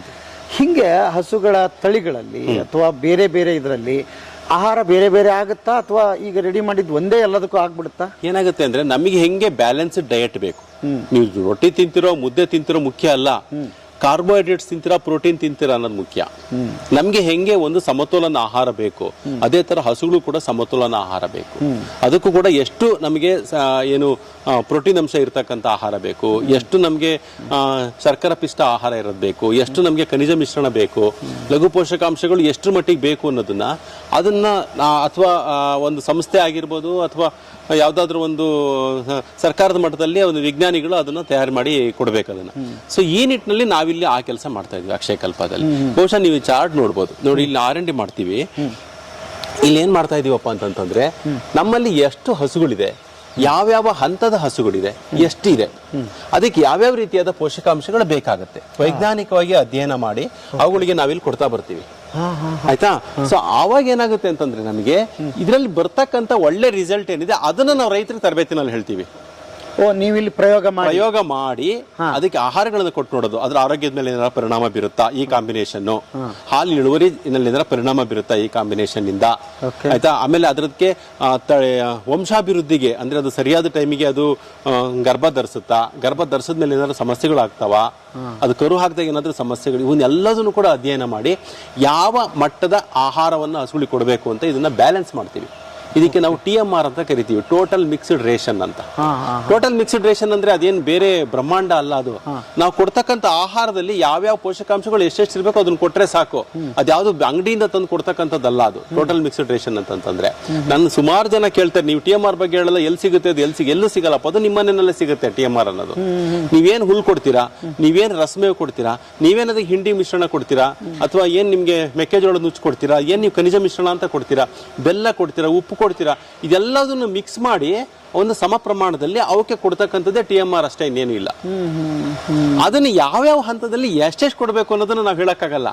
ಅದಕ್ಕೆ ನಾವೇನ್ ಮಾಡ್ತೀವಿ ಅಂದ್ರೆ ರೈತರನ್ನ ತರಬೇತಿಗೆ ಆಹ್ವಾನಿಸ್ತೀವಿ. ಯಾವುದೇ ರೈತರು ಬರ್ಬೋದು, ಯಾವುದೇ ಮೂಲೆಯಿಂದ ಬರ್ಬೋದು, ಇಲ್ಲಿಗೆ ಬರ್ಬೋದು, ನಮ್ಮಲ್ಲಿ ಬಂದು ತರಬೇತಿ ತಗೊಂಡು ಹೋಗ್ಬೋದು ಅವರು. ಈಗ ಹೊರಗಡೆ ನಮ್ಮ ಒಂದು ವ್ಯಾಪ್ತಿನಲ್ಲಿ ಇರ್ತಕ್ಕಂಥ ರೈತರಿಗೆ ನಾವು ಉಚಿತವಾಗಿ ತರಬೇತಿ ಕೊಡ್ತೀವಿ. ಹೊರಗಡೆಯಿಂದ ಬರ್ತಕ್ಕಂಥವ್ರಿಗೆ ನಾವು ಚಾರ್ಜ್ ಮಾಡ್ತೀವಿ, ಆಯ್ತಾ. 2,000 ರೂಪಾಯಿ ಒಂದು ಟ್ರೈನಿಂಗ್ ಚಾರ್ಜ್ ಮಾಡ್ತೀವಿ. 2 ದಿವಸ ಅವ್ರು ಇಲ್ಲೇ ಊಟ ತಿಂಡಿ ವ್ಯವಸ್ಥೆ ಎಲ್ಲ ಸೇರಿ ನಾವು ಚಾರ್ಜ್ ಮಾಡೋದು. ಅಲ್ಲಿ ಉಳ್ಕೊಂಡು ಮೇವಿನ ಬಗ್ಗೆ, ಆಹಾರದ ಬಗ್ಗೆ, ಕರುವಿನ ಸಾಕಾಣಿಕೆ ಬಗ್ಗೆ, ಅದ್ರ ಬರ್ತಕ್ಕಂಥ ರೋಗಗಳ ಬಗ್ಗೆ, ಆಮೇಲೆ ಶೆಡ್ ಯಾವ ತರ ಇರಬೇಕು ಅನ್ನೋದ್ರ ಬಗ್ಗೆ, ಎಲ್ಲ ಸಾವಯವ ಕೃಷಿ ಬಗ್ಗೆ ಏನೇನ್ ಬೇಕೋ ಅವರಿಗೆ ಎಲ್ಲಾ ತರದ ತರಬೇತಿಗಳನ್ನು ನಾವು ಕೊಡ್ತೀವಿ ಅವರಿಗೆ. ಸೊ ಅದಕ್ಕೆ ಈ ತರದನ್ನ ನಾವು ಇಲ್ಲೇ ಬಂದು ತಗೋಬೇಕಾಗುತ್ತೆ. ಅವರು ನಾವು ಅದನ್ನ ಯಾವ್ದೋ ವಿಡಿಯೋದಲ್ಲಿ ಹೇಳಕ್ಕಾಗೋದಿಲ್ಲ, ಅವ್ರು ಇಲ್ಲೇ ಬಂದು ತಗೋಬೇಕಾಗುತ್ತೆ. ಅದಕ್ಕೆ ನೋಡಿ, ಇಲ್ಲಿ ನೀವು ಗಮನಿಸ್ತೀರಾ, 3 ರಿಂದ 6 ತಿಂಗಳಲ್ಲಿ ಇರ್ತಕ್ಕಂಥ ಕರುಗಳಿಗೆ ಏನೇನು ಪೋಷಕಾಂಶಗಳು ಬೇಕು, ಇದು ಆಕ್ಚುಲಿ ಇದನ್ನ ನಾವು ಹೇಳೋದಿಲ್ಲ. ಇದ್ರ ರಿಸಲ್ಟ್ ಬಂದ್ಮೇಲೆ ಹೇಳ್ತೀವಿ. ಇದನ್ನ ನೋಡ್ಕೊಂಡ್ಬಿಟ್ಟು ಯಾರಾದ್ರೂ ಪ್ರಯೋಗ ಮಾಡಿ ಆಮೇಲೆ ನಮ್ಮನ್ನ ಪ್ರಯೋಗದ ಹಂತದಲ್ಲಿ ಇರ್ತಕ್ಕಂಥದ್ದು. ದಯವಿಟ್ಟು ಇದನ್ನ ಮತ್ತೆ ಹೇಳ್ತಾ ಇದ್ದೀನಿ, ಈ ಚಾರ್ಟಲ್ಲಿ ಇರ್ತಕ್ಕಂಥ ಪ್ರಯೋಗದ ಹಂತದಲ್ಲಿ ಇರ್ತಕ್ಕಂಥದ್ದು. ಪ್ರತಿ ಸತಿನೂ ಕೂಡ ಪ್ರಯೋಗ ಹಂತದಲ್ಲಿ ಇದು ಬದಲಾಗ್ತಾ ಇರುತ್ತೆ. ಇದು ನಮಗೆ ಯಾವ್ದು ನಮ್ಮಲ್ಲಿ ಡೇಟಾ ಇರುತ್ತೆ, ಯಾವ್ದು ನಮಗೆ ಸರಿಯಾದಂತ ಫಲಿತಾಂಶ ಕೊಟ್ಟಿರುತ್ತೆ, ಅದನ್ನ ಮಾತ್ರ ನಾವು ತರಬೇತಿನಲ್ಲಿ ಹೇಳೋದು. ಸೊ ಈ ತರ ಏನಾಗುತ್ತೆ, ಬದಲಾವಣೆ. ಹಳ್ಳಿಕಾರ ಹಸುಗಳಿದೆ ನಮ್ಮ ಹತ್ರ, ಆಯ್ತಾ. ಆಮೇಲೆ ಪ್ರೆಗ್ನೆಂಟ್ ಹೀಫರ್ಸ್ ಇದೆ.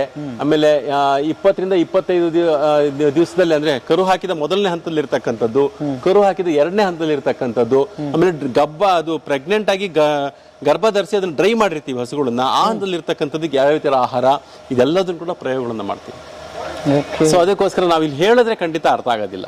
ಎಲ್ಲರಿಗೂ ನಾನು ಮನವಿ ಮಾಡ್ಕೊಳ್ಳೋದಿಷ್ಟೇ, ದಯವಿಟ್ಟು ಬನ್ನಿ. ನಾನ್ ಬೇಕಾದ್ರೆ ಇವ್ರಿಗೆ ನಂಬರ್ ಶೇರ್ ಮಾಡ್ತೀನಿ, ಅವ್ರಿಗೆ ಫೋನ್ ಮಾಡಿ ರಿಜಿಸ್ಟರ್ ಮಾಡ್ಕೊಳ್ಳಿ, ಇಲ್ಲಿ ತರಬೇತಿ ತಗೊಳ್ಳಿ. ಆ ತರಬೇತಿನಲ್ಲಿ ನಿಮ್ಗೆ ಯಾವ ಹಂತದ ಹಸುಗಳಿಗೆ ಯಾವ ರೀತಿ ಆಹಾರ ಕೊಡಬೇಕು ಅನ್ನೋದನ್ನ ನಾವು ಹೇಳ್ಕೊಡ್ಬೋದು. ಓಕೆ, ಈಗ ಹಂಗಾರೆ ಮೇವು ಬೆಳೆದ್ವಿ ಸರ್, ಮೇವು ಹಾಕಿದ್ರೆ ಸಾಕ, ಮತ್ತೇನಾದ್ರೂ ಆಗುತ್ತಾ? ಇಲ್ಲಿ ಯಾವ ತರ ತಯಾರಾಗುತ್ತೆ?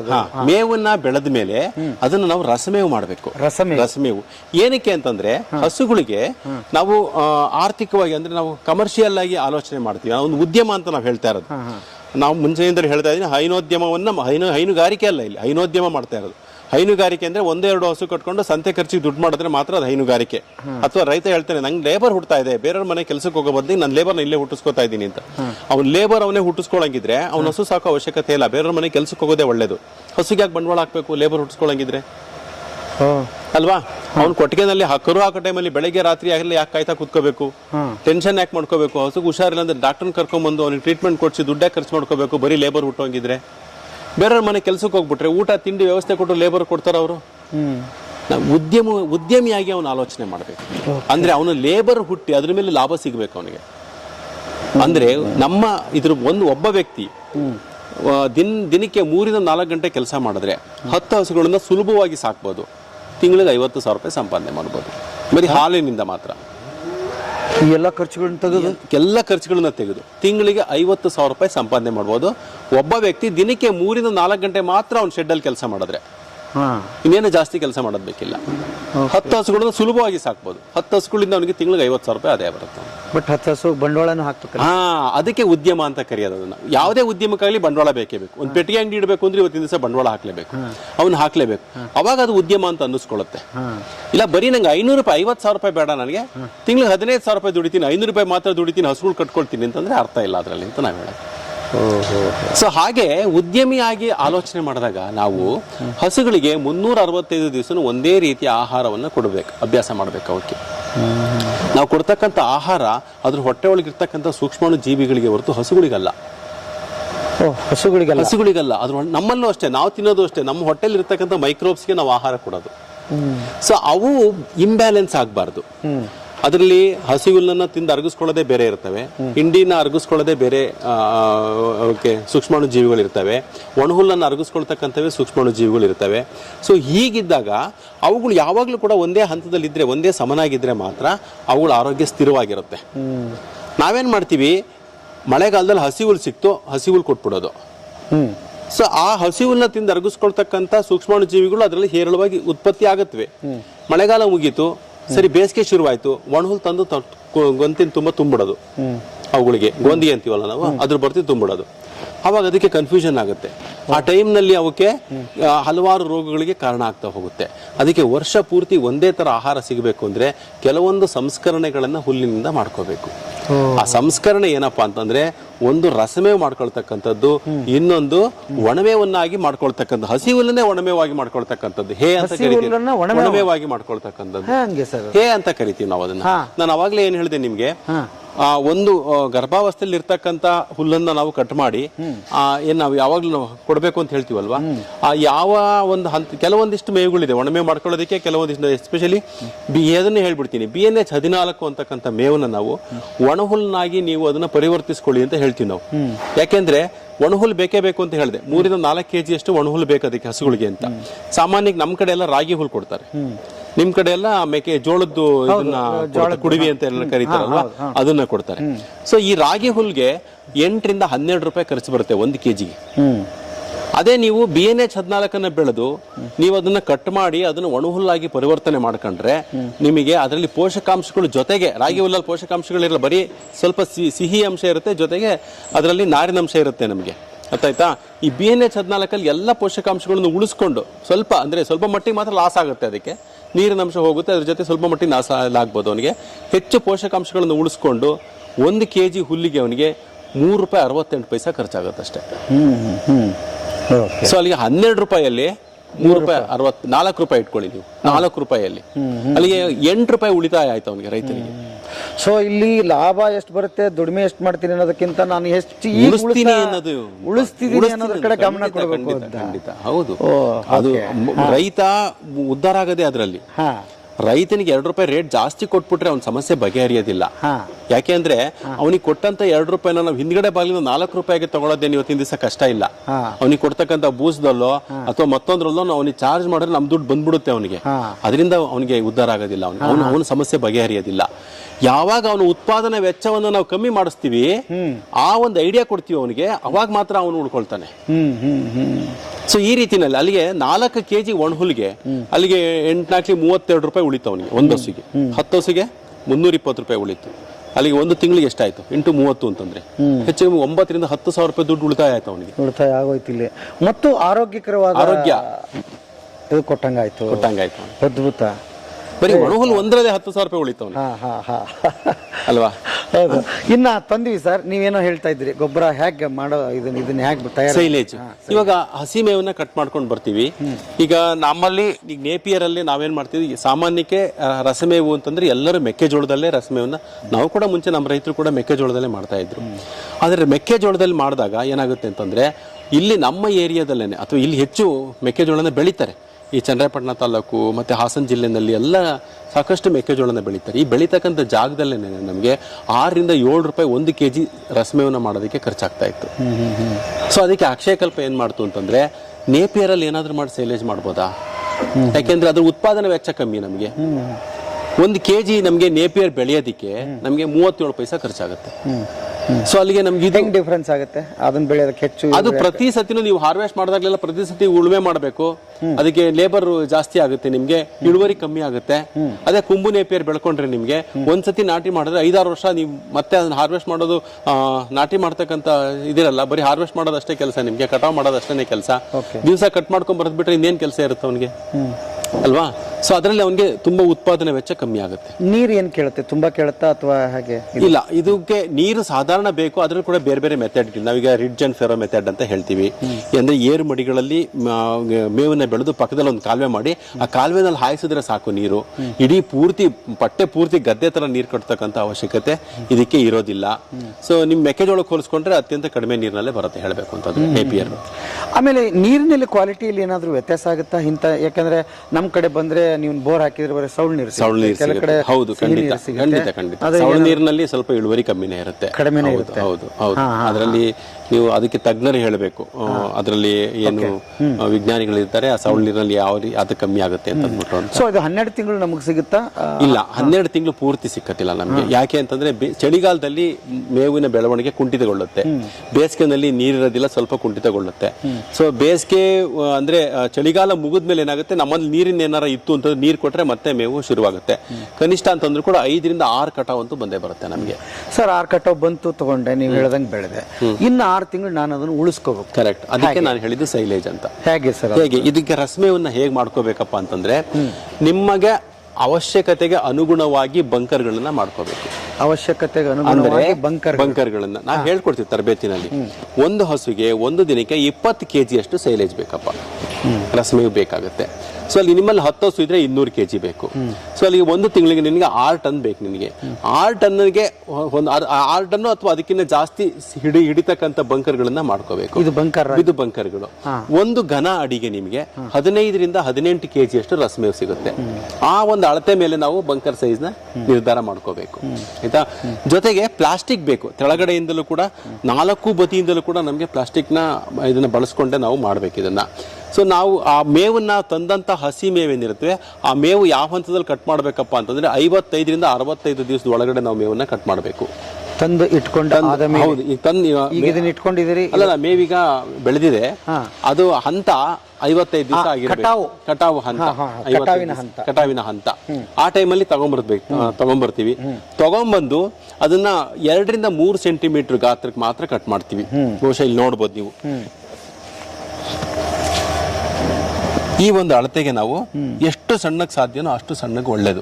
2 ರಿಂದ 3 ಸೆಂಟಿಮೀಟರ್ ಒಂದು ಉದ್ದಕ್ಕೆ ನಾವು ಕಟ್ ಮಾಡಿ ಇದನ್ನ ಏನ್ ಮಾಡ್ತೀವಿ ಅಂದ್ರೆ, ನಿರ್ವಾತ ಪ್ರದೇಶದಲ್ಲಿ ಇಡ್ತಕ್ಕಂಥದ್ದೇ ರಸಮೇವು. ಅಂದ್ರೆ ಕಂಪ್ರೆಸ್ ಮಾಡಿ ಈ ಬಂಕರ್ ಒಳಗಡೆ ಹಾಕಿ ಚೆನ್ನಾಗಿ ಅದ್ರ ಮೇಲೆ ಒತ್ತಡ ಹೇರಿ ಗಾಳಿನ ಆಚೆ ತೆಗೆದ್ಬಿಟ್ಟು ಅದನ್ನ ನಾವು ಕಾಪಾಡ್ಕೋಬೇಕು. ಒತ್ತಡ ಹೇಗೆ ಹೇರಿದಿರಿ? ಒತ್ತಡ ಹೇಗೆ ಇರ್ಬೋದಪ್ಪ ಅಂದ್ರೆ, ದೊಡ್ಡ ಬಂಕರ್ಗಳಾದ್ರೆ ಟ್ರ್ಯಾಕ್ಟರ್ನ ಹಾಯಿಸಬಹುದು. ಚಿಕ್ಕ ಬಂಕರ್ಗಳಾದ್ರೆ ಮ್ಯಾನ್ಯುಯಲಿ ಅಂದ್ರೆ ಲೇಬರ್ ಬಿಟ್ಬಿಟ್ಟು ಅದನ್ನ ತುಳಿಸ್ಬೋದು. ಚೆನ್ನಾಗಿ ತುಳಿಬೇಕು. ಒಟ್ಟಿನಲ್ಲಿ ತುಳಿದ್ಬಿಟ್ಟು ಅದನ್ನ ನಾವು ಗಾಳಿ ಎಲ್ಲ ಆಚೆ ಬರುತ್ತೆ, ತುಳಿದಾಗ ಗಾಳಿ ಆಚೆ ಬರುತ್ತೆ. ಪೂರ್ತಿ ಮೇಲ್ ತನಕ ಬಂದಾಗ 4 ಕಡೆಯಿಂದ ಪ್ಲಾಸ್ಟಿಕ್ ನ ಕವರ್ ಮಾಡಿ ಮೇಲ್ಗಡೆ ಭಾರ ಹೇರ್ತಕ್ಕಂಥದ್ದು. ಇಲ್ಲೇನ್ ಗಮನಿಸ್ತಿದ್ರಲ್ಲ ನೀವು, ಈ ತರ ಭಾರ ಹೇರ್ತಕ್ಕಂಥ ಕೆಲಸನ ಮಾಡ್ಬೇಕು. ಅವಾಗ ಅದ್ರೊಳಗಡೆ ಗಾಳಿ ತಗೊಳ್ಳೋದಿಲ್ಲ, ಆಯ್ತಾ. ಈಗ ಇದು ಎಷ್ಟು ತಿಂಗಳು ಆಯ್ತು ಇದು? ಇದು ಬಹುಶಃ ನಮಗೆ ಇನ್ನ 1 ತಿಂಗಳಾಗಿದೆ. ನಮಗೆ 45 ದಿವಸದ ತನಕ ಇದನ್ನ ಹೀಗೆ ಬಿಡಬೇಕು ನಾವು. ಬಿಟ್ಟು ಬರೀ ಮೇವನ್ನ ಕಟ್ ಮಾಡಿ ಹಾಕೋದು, ಆಯ್ತಾ. ನೇಪಿಯರ್ ಆದ್ರೆ ಮಾತ್ರ ಅದರಲ್ಲಿ ಸಕ್ಕರೆ ಅಂಶ ಕಮ್ಮಿ ಇರುತ್ತೆ, ಮೆಕ್ಕೆಜೋಳದಲ್ಲಿ ಸಕ್ಕರೆ ಅಂಶ ಜಾಸ್ತಿ ಇರುತ್ತೆ. ಸೊ ಅದಕ್ಕೆ ನಮಗೆ ನೇಪಿಯರ್ಗೆ ಏನ್ ಮಾಡ್ಬೇಕು, ಸ್ವಲ್ಪ ಸಕ್ಕರೆ ಅಂಶ ಬೇಕಾಗುತ್ತೆ. ಅದಕ್ಕೆ ಒಂದಿಷ್ಟು ಪ್ರಮಾಣದಲ್ಲಿ ಬೆಲ್ಲದ ಪುಡಿ ಜೊತೆ ಮೆಕ್ಕೆಜೋಳದ ನುಚ್ಚು ಎರಡನ್ನೂ ಕೂಡ ನಾವು ಮಿಕ್ಸ್ ಮಾಡಿ ಮಾಡ್ಬೇಕಾಗುತ್ತೆ. ಅದಕ್ಕೆ ವ್ಯಾಲ್ಯೂ ಆಡ್ ಮಾಡ್ಬೇಕು. ಅದಕ್ಕೆ ಈ ಸೈಲೇಜು ಅವರು 30 ರಿಂದ 45 ದಿವಸದ ಒಳಗಡೆ ಅದು ಸೈಲೇಜ್ ರೆಡಿ ಆಗುತ್ತೆ. 45 ದಿವಸ ಬಿಟ್ಟರೆ ತುಂಬಾ ಒಳ್ಳೇದು. 45 ದಿವಸ ನಂತರ ಈ ಪಿಟ್ಟನ್ನು ಓಪನ್ ಮಾಡಿದ್ರೆ ಇಡೀ ಪಿಟ್ಟು 30 ದಿವಸದ ಒಳಗಡೆ ಖಾಲಿ ಆಗ್ಬಿಡ್ಬೇಕು. ಜಾಸ್ತಿ ದಿವಸ ಬಿಡಂಗಿಲ್ಲ, ಯಾಕೆಂದ್ರೆ ಪ್ರತಿ ದಿವಸ ಗಾಳಿ ತಗೋತಾ ಇರುತ್ತೆ. ನೀವು ಓಪನ್ ಮಾಡ್ತಿದ್ದಂಗೆ ಅದು ಗಾಳಿ ತಗೋತಾ ಇರುತ್ತೆ. ಆ ಗಾಳಿ ತಗೊಂಡಷ್ಟನ್ನು ನೀವು ಮೇಲ್ಗಡೆ ತೆಗಿತೀರಾ, ತಿರ್ಗಾ ಮತ್ತೆ ಮುಚ್ಚಿಟ್ಟಿರ್ತೀರಾ, ಬಟ್ ಆದ್ರೂ ಸ್ವಲ್ಪ ಗಾಳಿ ತಗೊಂಡಿರುತ್ತೆ. ನೆಕ್ಸ್ಟ್ ಡೇ ಇನ್ನೊಂದು ದಿವಸ ಅದನ್ನ ತೆಗಿಬೇಕು. ಇದೇ ತರ 30 ದಿವಸದ ಒಳಗಡೆ ಈ ಪಿಟ್ ಪೂರ್ತಿ ಖಾಲಿ ಆಗ್ಬೇಕು. ಇದು ಪೂರ್ತಿ ಖಾಲಿ ಆಗ್ಲಿಲ್ಲ ಅಂತಂದ್ರೆ ಅದು ರಸಮೇವು ಕೆಟ್ಟೋಗ್ತಕ್ಕಂಥ ಸಾಧ್ಯತೆ ಇರುತ್ತೆ. ಒಂದ್ ವೇಳೆ ನೀವು ಓಪನೇ ಮಾಡ್ಲಿಲ್ಲ ಇದನ್ನ 1 ವರ್ಷ ತನಕ ಹಾಗೆ ಬಿಡ್ಬೋದು. ಹೇಗೆ ವರ್ಷ ಪೂರ್ತಿ ಒಂದೇ ತರದ ಮೇವು ಕೊಡ್ಬೇಕು ಅಂದ್ರೆ ಈಗ ಗೊತ್ತಾಗಿರ್ಬೇಕು ನಿಮ್ಗೆ. ಮೋಸ್ಟ್ಲಿ ಇದನ್ನೊಂದು 2-3 ಭಾಗ ಮಾಡ್ಕೊಂಡ್ರೆ ಒಂದು ಭಾಗ ಖಾಲಿ ಮಾಡೋದು ಖಂಡಿತ ಭಾಗಗಳನ್ನು ಮಾಡಿ. ಅದಕ್ಕೆ ನಾವು ಹೇಳೋದು ಪಿಟ್ ಸೈಜ್ ನ ನೀವು ಡಿಸೈಡ್ ಮಾಡಬೇಕು. ನಮ್ಮಲ್ಲಿ ಹಸುಗಳ ಸಂಖ್ಯೆ ಕಮ್ಮಿ ಇದೆ, ಇಷ್ಟು ದೊಡ್ಡದು ಬೇಕಾಗಿಲ್ಲ. ಇದ್ರಲ್ಲೇ 3 ಭಾಗ ಮಾಡ್ಕೊಂಡ್ಬಿಡ್ಬೋದು. ಸೊ ಅಲ್ಲಿಗೆ ಅವ್ನಿಗೆ 3 ತಿಂಗಳಿಗಾಗೋಷ್ಟು, ಒಂದೊಂದು ತಿಂಗಳಿಗೆ ಒಂದೊಂದು ಭಾಗ ಅಂದ್ರೆ 3 ತಿಂಗಳಿಗಾಗೋಷ್ಟು ಅವನಿಗೆ ಸೇಫ್ಟಿ ಆಗೋಯ್ತು, ಭದ್ರತೆ ಬಂತು ಅವನಿಗೆ, ಮೇವಿನ ಭದ್ರತೆ. ಈಗ ಒಂದು 10 ಹಸು ಅವ್ನು ಸಾಕಿದ ಅಂದ್ರೆ ಎಷ್ಟು ಎಕರೆ ಬೇಕಾಗುತ್ತೆ ಸರ್ ಹುಲ್ಲಿಗೆ? ನೋಡಿ, ಅವನು ಅಂತರ ಬೆಳೆಯಾಗಿ ಬೆಳಿಬೇಕು ಅಂತಂದ್ರೆ 3 ರಿಂದ 4 ಎಕರೆ ಬೇಕು. ಜೊತೆಗೆ ಅವ್ನ ತೋಟನೂ ಇರುತ್ತೆ, ಅದ್ರೊಳಗಡೆ ಮೇವು ಬೆಳ್ಕೋಬೇಕು ಅಂತಂದ್ರೆ. ಇಲ್ಲ ಅವ್ನು ಏನು ಬರೀ ಮೇವು ಒಂದನ್ನೇ ಬೆಳಿತೀನಿ ಅಂದ್ರೆ 2 ಎಕರೆ ಸಾಕು 10 ಹಸುಗೆ. 2 ಎಕರೆನಲ್ಲಿ ಸಮೃದ್ಧವಾಗಿ ಮೇವನ್ನ ಬೆಳ್ಕೋಬಹುದು ಅವನು. ಬರೀ ಅದ್ರ ಜೊತೆಗೆ ಮತ್ತೇನಾದ್ರು ಬೆಳ್ಕೋಬಹುದು? ಅದೇ ಬೆಳ್ಕೊಂಡಾಗ ಇಳುವರಿ ಕಮ್ಮಿ ಆಗುತ್ತೆ. ಇಳುವರಿ ಕಮ್ಮಿ ಹಂಗೆ ಬಿಟ್ರೆ 2 ಎಕರೆ ಸಾಕು. ಇಲ್ಲ ಒಂದ್ 4-5 ಇದ್ರೆ 1 ಎಕರೆ ಸಾಕು. 1 ಎಕರೆ ಸಾಕು. ಹೌದು, 1 ಎಕರೆ ಸಾಕು. ಅದ್ಭುತ. ಓಕೆ. ಈಗ ಇನ್ನೊಂದು ಪ್ರಶ್ನೆ ಬರುತ್ತೆ ಸರ್, ಈ ಬೀಜಗಳು ಅಂತ ಹೇಳಿದ್ರಿ ವಿಶ್ವವಿದ್ಯಾನಿಲಯದಿಂದನೇ ಕೊಡ್ತಾರಾ ಅಥವಾ ಬೇರೆ ಎಲ್ಲಾದ್ರೂ? ಖಂಡಿತ ಬೇಕಷ್ಟು ಸುಮಾರು ಏಜೆನ್ಸಿಗಳು ಇವೆ. ನಮಗೆ ವಿಶ್ವವಿದ್ಯಾನಿಲಯಗಳಿಗೆ ಅದ್ರದ್ದು ಬೀಜಗಳನ್ನು ಕೊಡ್ತಾರೆ. ಅಂದ್ರೆ ಇವೆಲ್ಲ ನಾಟಿ ಕಡ್ಡಿಗಳನ್ನ ನಾಟಿ ಮಾಡ್ತಕ್ಕಂಥದ್ದು, ಆ ಕಡ್ಡಿಗಳನ್ನ ಕೊಡ್ತಾರೆ. ಸುಮಾರು ಕಡೆ ಸಿಗುತ್ತೆ. ಅದ್ರ ಖರ್ಚು ಏನಾದ್ರು ಬರುತ್ತಾ? ಅದಕ್ಕೆ ಹೆಚ್ಚು ಹೇರಳುವ ಖರ್ಚು ಬರಲ್ಲ. ಸಾಮಾನ್ಯ ಒಂದು ಗೆಣ್ಣಿಗೆ ₹1 ತಪ್ಪಿದ್ರೆ ₹2 ಬೀಳಬಹುದು. ಅದನ್ನ ಬೆಳೆದಿರ್ತಕ್ಕಂಥ ಅಕ್ಕಪಕ್ಕ ಇರ್ತಕ್ಕಂಥ ರೈತರ ಹತ್ರ ಕೂಡ ಅವ್ರು ಸಂಗ್ರಹಣೆ ಮಾಡ್ಕೋಬಹುದು. ಬೆಳೆದ ಮೇಲೆ ಮುಂದಿನ ವರ್ಷಕ್ಕೆ ಅವನಿಗೆ ಅದು ಅವನಿಗೆ ಸಿಗುತ್ತೆ. ಮತ್ತೆ ಅವನ ಮಾರಾಟನೂ ಮಾಡ್ಕೋಬಹುದು. ಅವನು ಮಾರಾಟನೂ ಮಾಡ್ಕೋಬಹುದು. ಏನಾಗುತ್ತೆ, ಮೊದಲನೇ ಕಟಾವು 90 ದಿವಸಕ್ಕೆ ಮಾಡ್ಬೇಕು. ಅವನು 90 ದಿವಸಕ್ಕೆ ಏನಕ್ಕೆ ಮಾಡ್ಬೇಕಪ್ಪ ಅಂದ್ರೆ ಬೇರುಗಳೆಲ್ಲ ಬಲಗೊಳ್ಬೇಕು, ಕಾಂಡನು ಕೂಡ ಚೆನ್ನಾಗಿ ಸದೃಢವಾಗಬೇಕು ಅಂತೇಳಿ. 90 ದಿವಸದ ನಂತರ ಪ್ರತಿ 45ರಿಂದ 50 ದಿವಸಕ್ಕೆ ಒಂದೊಂದು ಕಟಾವು ಬರ್ತಾನೆ ಇರುತ್ತೆ. ಅದು ಸೊ ಅವ್ನು ಕಟ್ ಮಾಡ್ತಾ ಇರ್ಬೋದು. ಅದರಲ್ಲಿ ಒಂದು ಸ್ವಲ್ಪ ಭಾಗ ಬಿಟ್ಕೊಂಡು ಬೇಕಾದ್ರೆ ಅದನ್ನ ಕಡ್ಡಿನೂ ಕೂಡ ಮಾರಾಟ ಮಾಡ್ಕೋಬಹುದು. ಮತ್ತೆ ಹಂಗಾದ್ರೆ ಈಗ ತಕ್ಷಣಕ್ಕೆ ಒಂದು ಯೋಚನೆ ಬರ್ತದೆ, ಯಾರು ಉದ್ಯಮವಾಗಿ ಬರೀ ನಾನು ಗೊಬ್ಬರನೇ ಮಾಡಿ ಒಂದು ಉದ್ಯಮ ಮಾಡ್ತೀನಿ ಅಂದ್ರು ಇದು ಸೈಲೇಜ್ ಸಾಕಷ್ಟು ಜನ ಇದ್ದಾರೆ. ಸೈಲೇಜ್ ಸಾಕಷ್ಟು ಜನ, ಬಟ್ ಆದ್ರೆ ಉದ್ಯಮ ಮಾಡಬಹುದು, ಮಾಡೋದು ತಪ್ಪು ಅಂತ ನಾನು ಹೇಳೋದಿಲ್ಲ. ಆದ್ರೆ ರೈತನಿಗೆ ಉತ್ಪಾದನಾ ವೆಚ್ಚ ಕಮ್ಮಿ ಆಗ್ಬೇಕು ಅಂತಂದ್ರೆ ಅವ್ನು ಕೊಂಡ್ಕೊಂಡು ಬರ್ತಕ್ಕಂಥದನ್ನ ಮನಸ್ಸಿಂದ ತೆಗೆದಾಕ್ಬೇಕು. ಅವನೇ ಮಾಡ್ಕೋಬೇಕು ಇದನ್ನ. ಅವನು ಉದ್ಯಮಿಯಾಗಿ ಒಂದು ಇಂಡಸ್ಟ್ರಿ ಆಗಿ ಅವ್ನು ಯೋಚನೆ ಮಾಡಬೇಕು. ಈಗ ಒಂದು ಇಂಡಸ್ಟ್ರಿ ಆದ್ರೆ ಏನೆಲ್ಲ ಸಾಧ್ಯತೆಗಳಿರುತ್ತೋ ಅವರೆಲ್ಲ ಬೇರೆ ಆಗದಲ್ಲೇ ಇರೋದನ್ನ ಮಾತ್ರ ಹೊರಗಡೆಯಿಂದ ಪರ್ಚೇಸ್ ಮಾಡ್ತಾರೆ ಅಲ್ವಾ. ಅವನಿಗೆ ಸಾಧ್ಯತೆ ಇರಬೇಕಾದ್ರೆ ಅವನ ರೈತ ಅಂತಂದ್ಮೇಲೆ ಜಮೀನು ಇರುತ್ತೆ, ಸ್ವಲ್ಪ ನೀರಿರುತ್ತೆ, ಮೇವು ಬೆಳ್ಕೊಳ್ತಾನೆ, ಸೈಲೇಜು ಅವನೇ ಮಾಡ್ಕೋಬೇಕು. ಈಗ ಕೆಲವೊಂದು ಈಗ ಸಿಟಿ ಪ್ರದೇಶಗಳಲ್ಲಿ ಪಾಪ ಆತನಿಗೆ ಜಮೀನು ಇರಲ್ಲ, ಅದು ನಮ್ಮ ಉದ್ದೇಶ ಏನಪ್ಪಾ ಅಂದ್ರೆ ರೈತರನ್ನ ಉದ್ಯಮಿಗಳನ್ನಾಗಿ ಮಾಡಬೇಕು ಅಂತ, ಸಿಟಿಲಿರೋರು ಉದ್ಯಮಿಗಳನ್ನಾಗಿ ಮಾಡ. ಅದು ಅವ್ರ ಇಷ್ಟ, ಅವರೇ ಇದು ಅನುಕೂಲ ಅನಾನುಕೂಲಗಳು. ನಮಗೆ ರೈತರ ಅವ್ರ ಉದ್ಯಮಿಗಳಾಗಬೇಕು ಅಂತಂತಂದ್ರೆ ಅವ್ರಿಗೆ ಪ್ರತಿಯೊಂದು ಹಂತದಲ್ಲೂ ಕೂಡ ಎಲ್ಲೆಲ್ಲಿ ನಾವು ಹಣವನ್ನು ಉಳಿತಾಯ ಮಾಡ್ಬೋದು ಅನ್ನೋದ್ರ ಬಗ್ಗೆ ಆಲೋಚನೆ ಮಾಡಬೇಕು. ನಿಮಗೆ ಇಲ್ಲೇನಾದರೂ ಕೊಡ್ತೀರಾ? ನೀವೇನಾದರೂ ಯಾರು ಕೇಳಿದ್ರೆ ಆ ಥರದ ಸವಲತ್ತುಗಳಿದೆಯಾ? ರೈತರ ಏನಾದರೂ ಇದು ಬೇಕು ಅಂತಂದ್ರೆ ಯಾವ್ದನ್ನ? ಸೈಲೇಜ್ ನಾವು ಕೊಡೋದು ಹೇಳ್ಕೊಡ್ತೀವಿ, ಹೇಗೆ ಮಾಡಬೇಕು ಅನ್ನೋದನ್ನ ಹೇಳ್ಕೊಡ್ತೀವಿ. ಓಕೆ. ಸೊ ಒಟ್ಟಾರೆ 1 ವರ್ಷದವರೆಗೆ ಇದನ್ನು ಕಾಪಾಡಬಹುದು. ನೀವು ಹೇಳ್ತಾ ಇರೋದು ಹಾಲಿನ ಗುಣಮಟ್ಟ, ಅವಾಗ ಆರೋಗ್ಯ, ಹಾಲಿನ ಇಳುವರಿ ಎಲ್ಲದನ್ನು ಕೂಡ ಕಾಪಾಡ್ಕೋಬೇಕು ಅಂತಂದ್ರೆ ಈ ಒಂದು ವ್ಯವಸ್ಥೆಗಳನ್ನ ಸರಿಯಾದ ರೀತಿಯಲ್ಲೇ ಮಾಡ್ಕೋ. ಆಮೇಲೆ ರೋಗಗಳು ಕಡಿಮೆ ಆಗ್ತದೆ. ಅದೇ ಆರೋಗ್ಯಗಳು ಚೆನ್ನಾಗಿರ್ಬೇಕು ಅಂತಂದ್ರೆ ಈ ತರ ವ್ಯವಸ್ಥೆಗಳು. ಇದರಲ್ಲಿ ಸೈಲೇಜ್ ಇಂದ ಆಗ್ತಕ್ಕಂಥ ಅನುಕೂಲ ಏನಪ್ಪಾ ಅಂತಂತಂದ್ರೆ ಅದ್ರ ಮೊದಲನೇ ಹೊಟ್ಟೆ ಒಳಗಡೆ ಆಗ್ತಕ್ಕಂಥ ಕೆಲಸ ಅರ್ಧ ಆಗೋಗ್ಬಿಟ್ಟಿರುತ್ತೆ. ಈ ಸೈಲೇಜ್ ನ ಕಳಿತಕ್ಕಂಥ ಕೆಲಸ ಕೊಳೆಯೋದಲ್ಲ, ಇದು ಕಳಿಯೋದು. ಸೊ ಈ ಕಳಿತಕ್ಕಂಥ ಕೆಲಸದಲ್ಲಿ ಅರ್ಧ ಅದಕ್ಕೆ ಡೈಜೆಷನ್ಗೆ ತುಂಬಾ ಹೆಲ್ಪ್ ಆಗುತ್ತೆ. ಜೊತೆಗೆ ಅದ್ರ ವಾಸನೆ ಹಸುಗಳಿಗೆ ಇಷ್ಟ ಆಗುತ್ತೆ. ಸೊ ಅದನ್ನ ತಿನ್ಬೇಕು ಅಂತ ಅನ್ಸುತ್ತೆ. ಆಮೇಲೆ ಅವಕ್ಕೆ ತಿಂತಕ್ಕಂಥ ಕೆಪಾಸಿಟಿ ಜಾಸ್ತಿ ಆಗುತ್ತೆ. ಈಗ ನಾವು ಮಾಮೂಲಿ ಮೇವು ಹಾಕಿದಾಗ 20 kg ತಿಂತಾ ಇದ್ರೆ ಸೈಲೇಜ್ ಹಾಕಿದ್ರೆ 25 kg ತಿನ್ನುತ್ತೆ. ಅದನ್ನ ತಿಂತಕ್ಕಂಥ ಕೆಪಾಸಿಟಿ, ಹೊಟ್ಟೆನ ಹಿಗ್ಗಿಸ್ಕೊಳ್ತಕ್ಕಂಥ ಕೆಪಾಸಿಟಿ ಜಾಸ್ತಿ ಆಗುತ್ತೆ. ಈಗ ನಮಗೆ ಸಾಂಬಾರ್ ಚೆನ್ನಾಗಿದೆ ಅಂದ್ರೆ ನಮ್ಮಲ್ಲಿ ಇನ್ನೊಂದು ಅರ್ಧ ಮುದ್ದೆ ಜಾಸ್ತಿ ತಿಂತೀವಿ.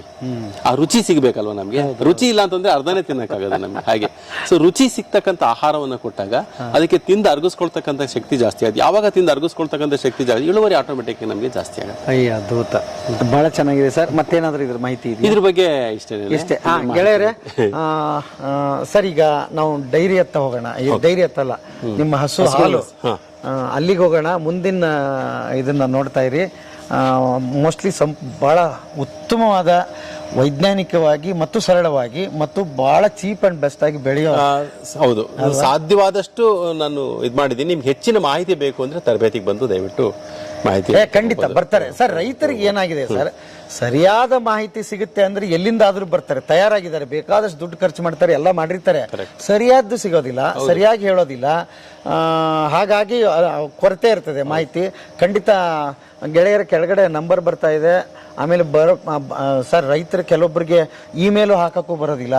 ಆ ತರದ ವ್ಯವಸ್ಥೆಗಳು ಇರುತ್ತೆ. ಫೋನ್ ಮಾಡ್ಲಿ ಸಾಕು. ಅವರು ಫೋನ್ ಮಾಡಿದ್ರೆ ನಮ್ಮಲ್ಲಿ ಇರ್ತಕ್ಕಂಥವ್ರು ಅವ್ರನ್ನ ಸಂಪರ್ಕ ಮಾಡ್ತಾರೆ. ಅಲ್ಲಿ ಬರೋದು ನನ್ನ ನಂಬರ್ ಅಲ್ದಲ್ಲೇ ಇರಬಹುದು, ಬೇರೆ ನಮ್ಮ ಅದಕ್ಕೆ ಬೇರೆ ಡಿಪಾರ್ಟ್ಮೆಂಟ್ ಇರುತ್ತೆ. ಅವ್ರು ಫೋನ್ ಮಾಡಿದ್ರೆ ಸಾಕು. ಅವ್ರು ಫೋನ್ ಮಾಡಿದಾಗ ಅವ್ರಿಗೆ ಇಲ್ಲಿಗೆ ಬರೋದಕ್ಕೆ ಸಂಪೂರ್ಣ ಮಾಹಿತಿ ಕೊಡ್ತಾರೆ. ರಿಜಿಸ್ಟ್ರೇಷನ್ ಮಾಡ್ಕೊಳ್ತಾರೆ, ಅವ್ರಿಗೊಂದು QR ಕೋಡ್ ಕಳಿಸ್ತಾರೆ. ಅದ್ರಲ್ಲಿ ಸ್ಕ್ಯಾನ್ ಮಾಡ್ಬಿಟ್ಟು ನೀನು ಪೇಮೆಂಟ್ ಇದ್ರೆ ಪೇಮೆಂಟ್ ಮಾಡಿ ಅಂತ ಹೇಳ್ತಾರೆ. ಲೊಕೇಶನ್ ಕಳಿಸ್ಕೊಡ್ತಾರೆ, ಡೇಟ್ ಹೇಳ್ತಾರೆ. ಪ್ರತಿಯೊಂದು ಕೂಡ ಮಾಹಿತಿ ಅವ್ರನ್ನ ಗೈಡ್ ಮಾಡಿ. ದಿನನಿತ್ಯ ಇರುತ್ತೆ ಇದು ತಿಂಗಳಲ್ಲಿ ಪ್ರತಿ ಶನಿವಾರ ಭಾನುವಾರ ಇರುತ್ತೆ. ಪ್ರತಿ ನಮಗೆ ಮೊದಲನೇ ಶನಿವಾರ ಭಾನುವಾರ ಮತ್ತೆ 3ನೇ ಶನಿವಾರ ಭಾನುವಾರ ನಮ್ಮ ವ್ಯಾಪ್ತಿಯ ಇಲ್ಲದಲೇ ಇರತಕ್ಕಂಥ ರೈತರಿಗೆ, ಅಂದ್ರೆ ಬೇರೆ ರಾಜ್ಯಗಳಿಂದ ಬರೋರಿಗೆ, ಬೇರೆ ಜಿಲ್ಲೆಗಳಿಂದ ಬರೋರಿಗೆ ಇರುತ್ತೆ. ಸೊ ನಮ್ಮ ರೈತರುಗಳಿಗೆ ಪ್ರತಿ 2ನೇ ಶನಿವಾರ ಭಾನುವಾರ, 4ನೇ ಶನಿವಾರ ಭಾನುವಾರ, ಅಕ್ಷಯಕಲ್ಪ ರೈತರು ಆಲ್ರೆಡಿ ಯಾರು ಆಗಿರ್ತಾರೆ ಅವರಿಗೆ. ನಮ್ಮ ಸೇವೆ ಇರ್ತಕ್ಕಂಥದ್ದು ಕೇವಲ 6 ಜಿಲ್ಲೆಗಳಲ್ಲಿ ಮಾತ್ರ. ಅದು ಪೂರ್ಣ ಪ್ರಮಾಣದಲ್ಲಿ ಕೆಲವು ಜಿಲ್ಲೆಗಳಲ್ಲಿ ಇಲ್ಲ. ಸ್ವಲ್ಪ ಭಾಗ ತುಮಕೂರು ಜಿಲ್ಲೆಯ ಕೆಲವೊಂದಿಷ್ಟು ತಾಲೂಕುಗಳಲ್ಲಿ ತಾಲೂಕುಗಳಲ್ಲಿ ನಮ್ಮ ಸೇವೆ ಇದೆ. ಆಮೇಲೆ ಹಾಸನ ಜಿಲ್ಲೆಯ ಎಲ್ಲ ತಾಲೂಕುಗಳಲ್ಲೂ ಕೂಡ ನಮ್ಮ ಸೇವೆ ಇದೆ. ಮಂಡ್ಯದ ಕೆಲವು ಭಾಗಗಳಲ್ಲಿ, ಮೈಸೂರಿನ ಕೆಲವು ಭಾಗಗಳಲ್ಲಿ, ಮತ್ತು ಚಿಕ್ಕಮಗಳೂರು ಮತ್ತು ಚಿತ್ರದುರ್ಗದ ಕೆಲವು ಭಾಗಗಳಲ್ಲಿ ನಮ್ಮ ಸೇವೆ ಇದೆ. ಅಲ್ಲಿಂದ ಬರ್ತಕ್ಕಂಥ ರೈತರು, ನಮ್ಮ ಅಕ್ಷಯಕಲ್ಪ ರೈತರು ಏನಿದ್ದಾರೆ ಅವರಿಗೆ 2ನೇ ಶನಿವಾರ ಭಾನುವಾರ, 4ನೇ ಶನಿವಾರ ಭಾನುವಾರ ಇರುತ್ತೆ. ಇನ್ನು ಉಳಿದಂಥ ರೈತರುಗಳಿಗೆ ಮೊದಲನೇ ಶನಿವಾರ ಭಾನುವಾರ ಮತ್ತು 3ನೇ ಶನಿವಾರ ಭಾನುವಾರ ತರಬೇತಿ ಇರುತ್ತೆ. ಈಗ ನಮ್ಮ ರೈತರು ಅಂದ್ರಿ, ಉಳಿದ ರೈತರು ಅಂದ್ರಿ, ನಮ್ಮ ರೈತರು ಅಂದ್ರೆ ಯಾರು ಸರ್? ಅಂದರೆ ಅಕ್ಷಯಕಲ್ಪ ಜೊತೆ ಆಲ್ರೆಡಿ ಅವ್ರ ತರಬೇತಿ ಸ್ವಲ್ಪ ತಗೊಂಡು ನಮ್ಮ ಜೊತೆ ಅವರು ಒಂದು ಹೊಂದಾಣಿಕೆಯನ್ನು ಮಾಡಿಕೊಂಡು ನಾವು ಹೇಳ್ತಕ್ಕಂಥ ಎಲ್ಲ ನಿಯಮಗಳನ್ನ ಪಾಲಿಸ್ಕೊಂಡು ನಮಗೆ ಯಾರು ಹಾಲು ಕೊಡ್ತಾ ಇರ್ತಾರಲ್ಲ ಅವರು ನಮ್ಗೆ ರೈತರು. ಹಾಲು ತಗೋತೀರಿ? ಹಾಲು ತಗೊಂಡು ಫಾಲೋ ಮಾಡಿದ್ರೆ? ಹೌದೌದು, ನಾವು ಅವ್ರ ಹತ್ರ ಹಾಲನ್ನ ನಾವು ಕೊಂಡ್ಕೊಳ್ತೀವಿ. ಹಾಲು ಒಂದೇ ಅಲ್ಲ, ನಾನು ನಿಮ್ಗೆ ಆಮೇಲೆ ಹೇಳ್ತೀನಿ ಯಾವ್ಯಾವ ಉತ್ಪನ್ನಗಳನ್ನು ನಾವು ರೈತರ ಹತ್ರ ಕೊಂಡ್ಕೊಳ್ತಾ ಇದ್ದೀವಿ, ಕಾಲೇ ಮಾರ್ಕೆಟ್ನ ಒದಗಿಸ್ಕೊಡೋಕೆ ನಾವು ಪ್ರಯತ್ನ ಮಾಡ್ತಾ ಇದ್ದೀವಿ ಅಂತಲೂ ಕೂಡ ನಾನು ನಿಮ್ಗೆ ಹೇಳ್ತೀನಿ. ಸೊ ಆ ಥರ ರೈತರುಗಳು ನಮ್ಮಲ್ಲಿ ಆಲ್ರೆಡಿ ಒಂದು ಒಡಂಬಡಿಕೆಗೆ ಬಂದಿರತಕ್ಕಂಥವ್ರು ರೈತರುಗಳು. ಕೆಲವರಿಗೆ ನಾವು ಸೇವೆಗಳನ್ನು ಕೊಡೋಕ್ಕಾಗಲ್ಲ, ಬೇರೆ ಕಡೆ ಈಗ ಬಳ್ಳಾರಿಯಿಂದ ಬರ್ತಾರೆ, ಗುಲ್ಬರ್ಗಾಯಿಂದ ಬರ್ತಾರೆ, ರಾಯಚೂರಿಂದ ಬರ್ತಾರೆ, ಅವ್ರುಗಳಿಗೆ ನಾವು ಇಲ್ಲಿಂದ ನಾವು ಸೇವೆಯನ್ನು ಕೊಡೋಕ್ಕಾಗೋದಿಲ್ಲ. ಬಟ್ ಆದರೆ ಅವರು ಬಂದು ಜ್ಞಾನವನ್ನು ತಗೊಂಡು ಹೋಗ್ಬೋದು, ಅವ್ರು ಅಳವಡಿಸ್ಕೋಬೋದು. ಪ್ರಯೋಗಗಳನ್ನು ಮಾಡ್ತೀವಿ ಅಂತ ಹೇಳಿದ್ನಲ್ವಾ, ಪ್ರಯೋಗಗಳು ಮೊದಲನೇದಾಗಿ ಈ ತರ ನಡೆಯುತ್ತೆ. ಸೈಲೇಜ್ ಮಾಡ್ತಕ್ಕಂಥ ಪ್ರಯೋಗಗಳು. ಸೈಲೇಜ್ ಸಾಮಾನ್ಯಕ್ಕೆ ರೈತರುಗಳು ಏನ್ ಮಾಡ್ತಾರೆ, ಮೆಕ್ಕೆಜೋಳ ಉಪಯೋಗಿಸ್ಬಿಟ್ಟು ಸೈಲೇಜ್ ಮಾಡಿದಾಗ 6 ರಿಂದ 7 ರೂಪಾಯಿ ಖರ್ಚು ಬರುತ್ತೆ. ಅದೇ ನೀವು ನೇಪಿಯರ್ನ ಉಪಯೋಗಿಸ್ಕೊಂಡು ಸೈಲೇಜ್ ಮಾಡಿದ್ರೆ ನಿಮಗೆ 2.5 ರಿಂದ 3 ರೂಪಾಯಿ ನಿಮಗೆ ಖರ್ಚು ಬರುತ್ತೆ. ಸೊ ತುಂಬಾ ಅವನಿಗೆ ಹಣದ ಉಳಿತಾಯ ಆಗುತ್ತೆ. ದಿನಕ್ಕೆ 20 kg ಒಂದು ಹಸುಗೆ ಅಂತಂದ್ರೆ 200 kg ಅವ್ನ ಶೆಡ್ಡಲ್ಲಿ ಬೇಕು ಅಂದ್ರೆ ಎಷ್ಟು ದುಡ್ಡು ಉಳಿತಾಯ ಆಗೋದು. 1 kg ಅವನಿಗೆ 3 ರೂಪಾಯಿ 4 ರೂಪಾಯಿ ಉಳಿತು ಅಂತಂದ್ರೆ ಎಷ್ಟು ಉಳಿತಾಯ ಆಗುತ್ತೆ. ಸೊ ಅದಕ್ಕೆ ನಾವೇನ್ ಮಾಡ್ತೀವಿ, ಫಸ್ಟ್ ಪ್ರಯೋಗಗಳನ್ನ ಮಾಡ್ತೀವಿ. ಮಿಕ್ಸ್ ಮಾಡಿ ಮಾಡಿದ್ರೆ ಹೇಗ್ ಬರುತ್ತೆ, ಇವಾಗ ನೇಪಿಯರ್ ಮತ್ತೆ ಮೇಜ್ ಅನ್ನ ಮಿಕ್ಸ್ ಮಾಡಿ ಮಾಡಿದ್ರೆ ಹೇಗ್ ಬರುತ್ತೆ, ಆಮೇಲೆ ನೇಪಿಯರ್ ಅಲ್ಲಿ ಮೇಜ್ ಪೌಡರ್ನ ಹಾಕಿ ಮಾಡಿದ್ರೆ ಹೇಗ್ ಬರುತ್ತೆ, ಆಮೇಲೆ ನೇಪಿಯರ್ ಜೊತೆಗೆ ನಮ್ಗೆ ನಾನು ಅವಾಗ್ಲೇ ಹೇಳದ್ನಲ್ಲ ಯಾವುದು ಅಕ್ಕಿದು ತೌಡು ಬರುತ್ತಲ್ವಾ, ಅದನ್ನ ಮಿಕ್ಸ್ ಮಾಡಿ ಮಾಡಿದ್ರೆ ಹೇಗ್ ಬರುತ್ತೆ, ಅದನ್ನ ಏನೇನ್ ಪೋಷಕಾಂಶಗಳು ಇರ್ತವೆ ಅದನ್ನೆಲ್ಲದನ್ನು ಕೂಡ ನಾವು ಲ್ಯಾಬಿಗೆ ಕಳಿಸ್ಬಿಟ್ಟು ಅದನ್ನ ಚೆಕ್ ಮಾಡಿಸಿ, ಸೊ ಅದರಲ್ಲಿ ಪರವಾಗಿಲ್ಲ ಇದನ್ನ ನಾವು ಫೀಡ್ ಮಾಡ್ಬೋದು ಅನ್ಸಿದ್ರೆ ಇಲ್ಲಿರ್ತಕ್ಕಂಥ ಹಸುಗಳಿಗೆ ಫೀಡ್ ಮಾಡಿ ಅದರಿಂದ ಬಂದ ನಮ್ಗೆ ಯಾವ್ದು ಒಳ್ಳೆ ಫಲಿತಾಂಶ ಬರುತ್ತೆ ಆಮೇಲೆ ನಾವು ಅದನ್ನ ತರಬೇತಿಗೆ ಹೇಳ್ತೀವಿ. ಇವು ತರಬೇತಿ ಹಂತದಲ್ಲಿ ಬೇರೆ ಹೌದು, ಇವೆಲ್ಲದನ್ನು ಕೂಡ ಈಗ ರಿಸರ್ಚ್ ಹಂತದಲ್ಲಿ ಇರ್ತಕ್ಕಂಥದ್ದು ಪ್ರಯೋಗ ಮಾಡ್ತಾ ಇದೀವಿ ನಾವು ಇಲ್ಲಿ. ಆಯ್ತಾ, ಆಮೇಲೆ ಇಲ್ಲಿ ಇದೇನಿದೆ ಒಣಹುಲ್ಲು. ನಮ್ ಕಡೆ ಒಣಹುಲ್ಲು ಅಂತಂದ್ರೆ ಇದನ್ನೇ ಕೊಡೋದು, ರಾಗಿ ಹುಲ್ಲನ್ನೇ ಒಣಹುಲ್ಲಾಗಿ ಕೊಡೋದು. ಸೊ ಇದು ನಮ್ಗೆ 8 ರಿಂದ 12 ರೂಪಾಯಿ 1 kg ಖರ್ಚು ಬರುತ್ತೆ ನಮಗೆ. ಸೊ 8 ರಿಂದ 12 ರೂಪಾಯಿ ಖರ್ಚು ಬಂದ ಅಂತಂದಾಗ ಅವನಿಗೆ ಉತ್ಪಾದನೆ ವೆಚ್ಚ ಜಾಸ್ತಿ ಆಗೋಗ್ಬಿಡುತ್ತೆ.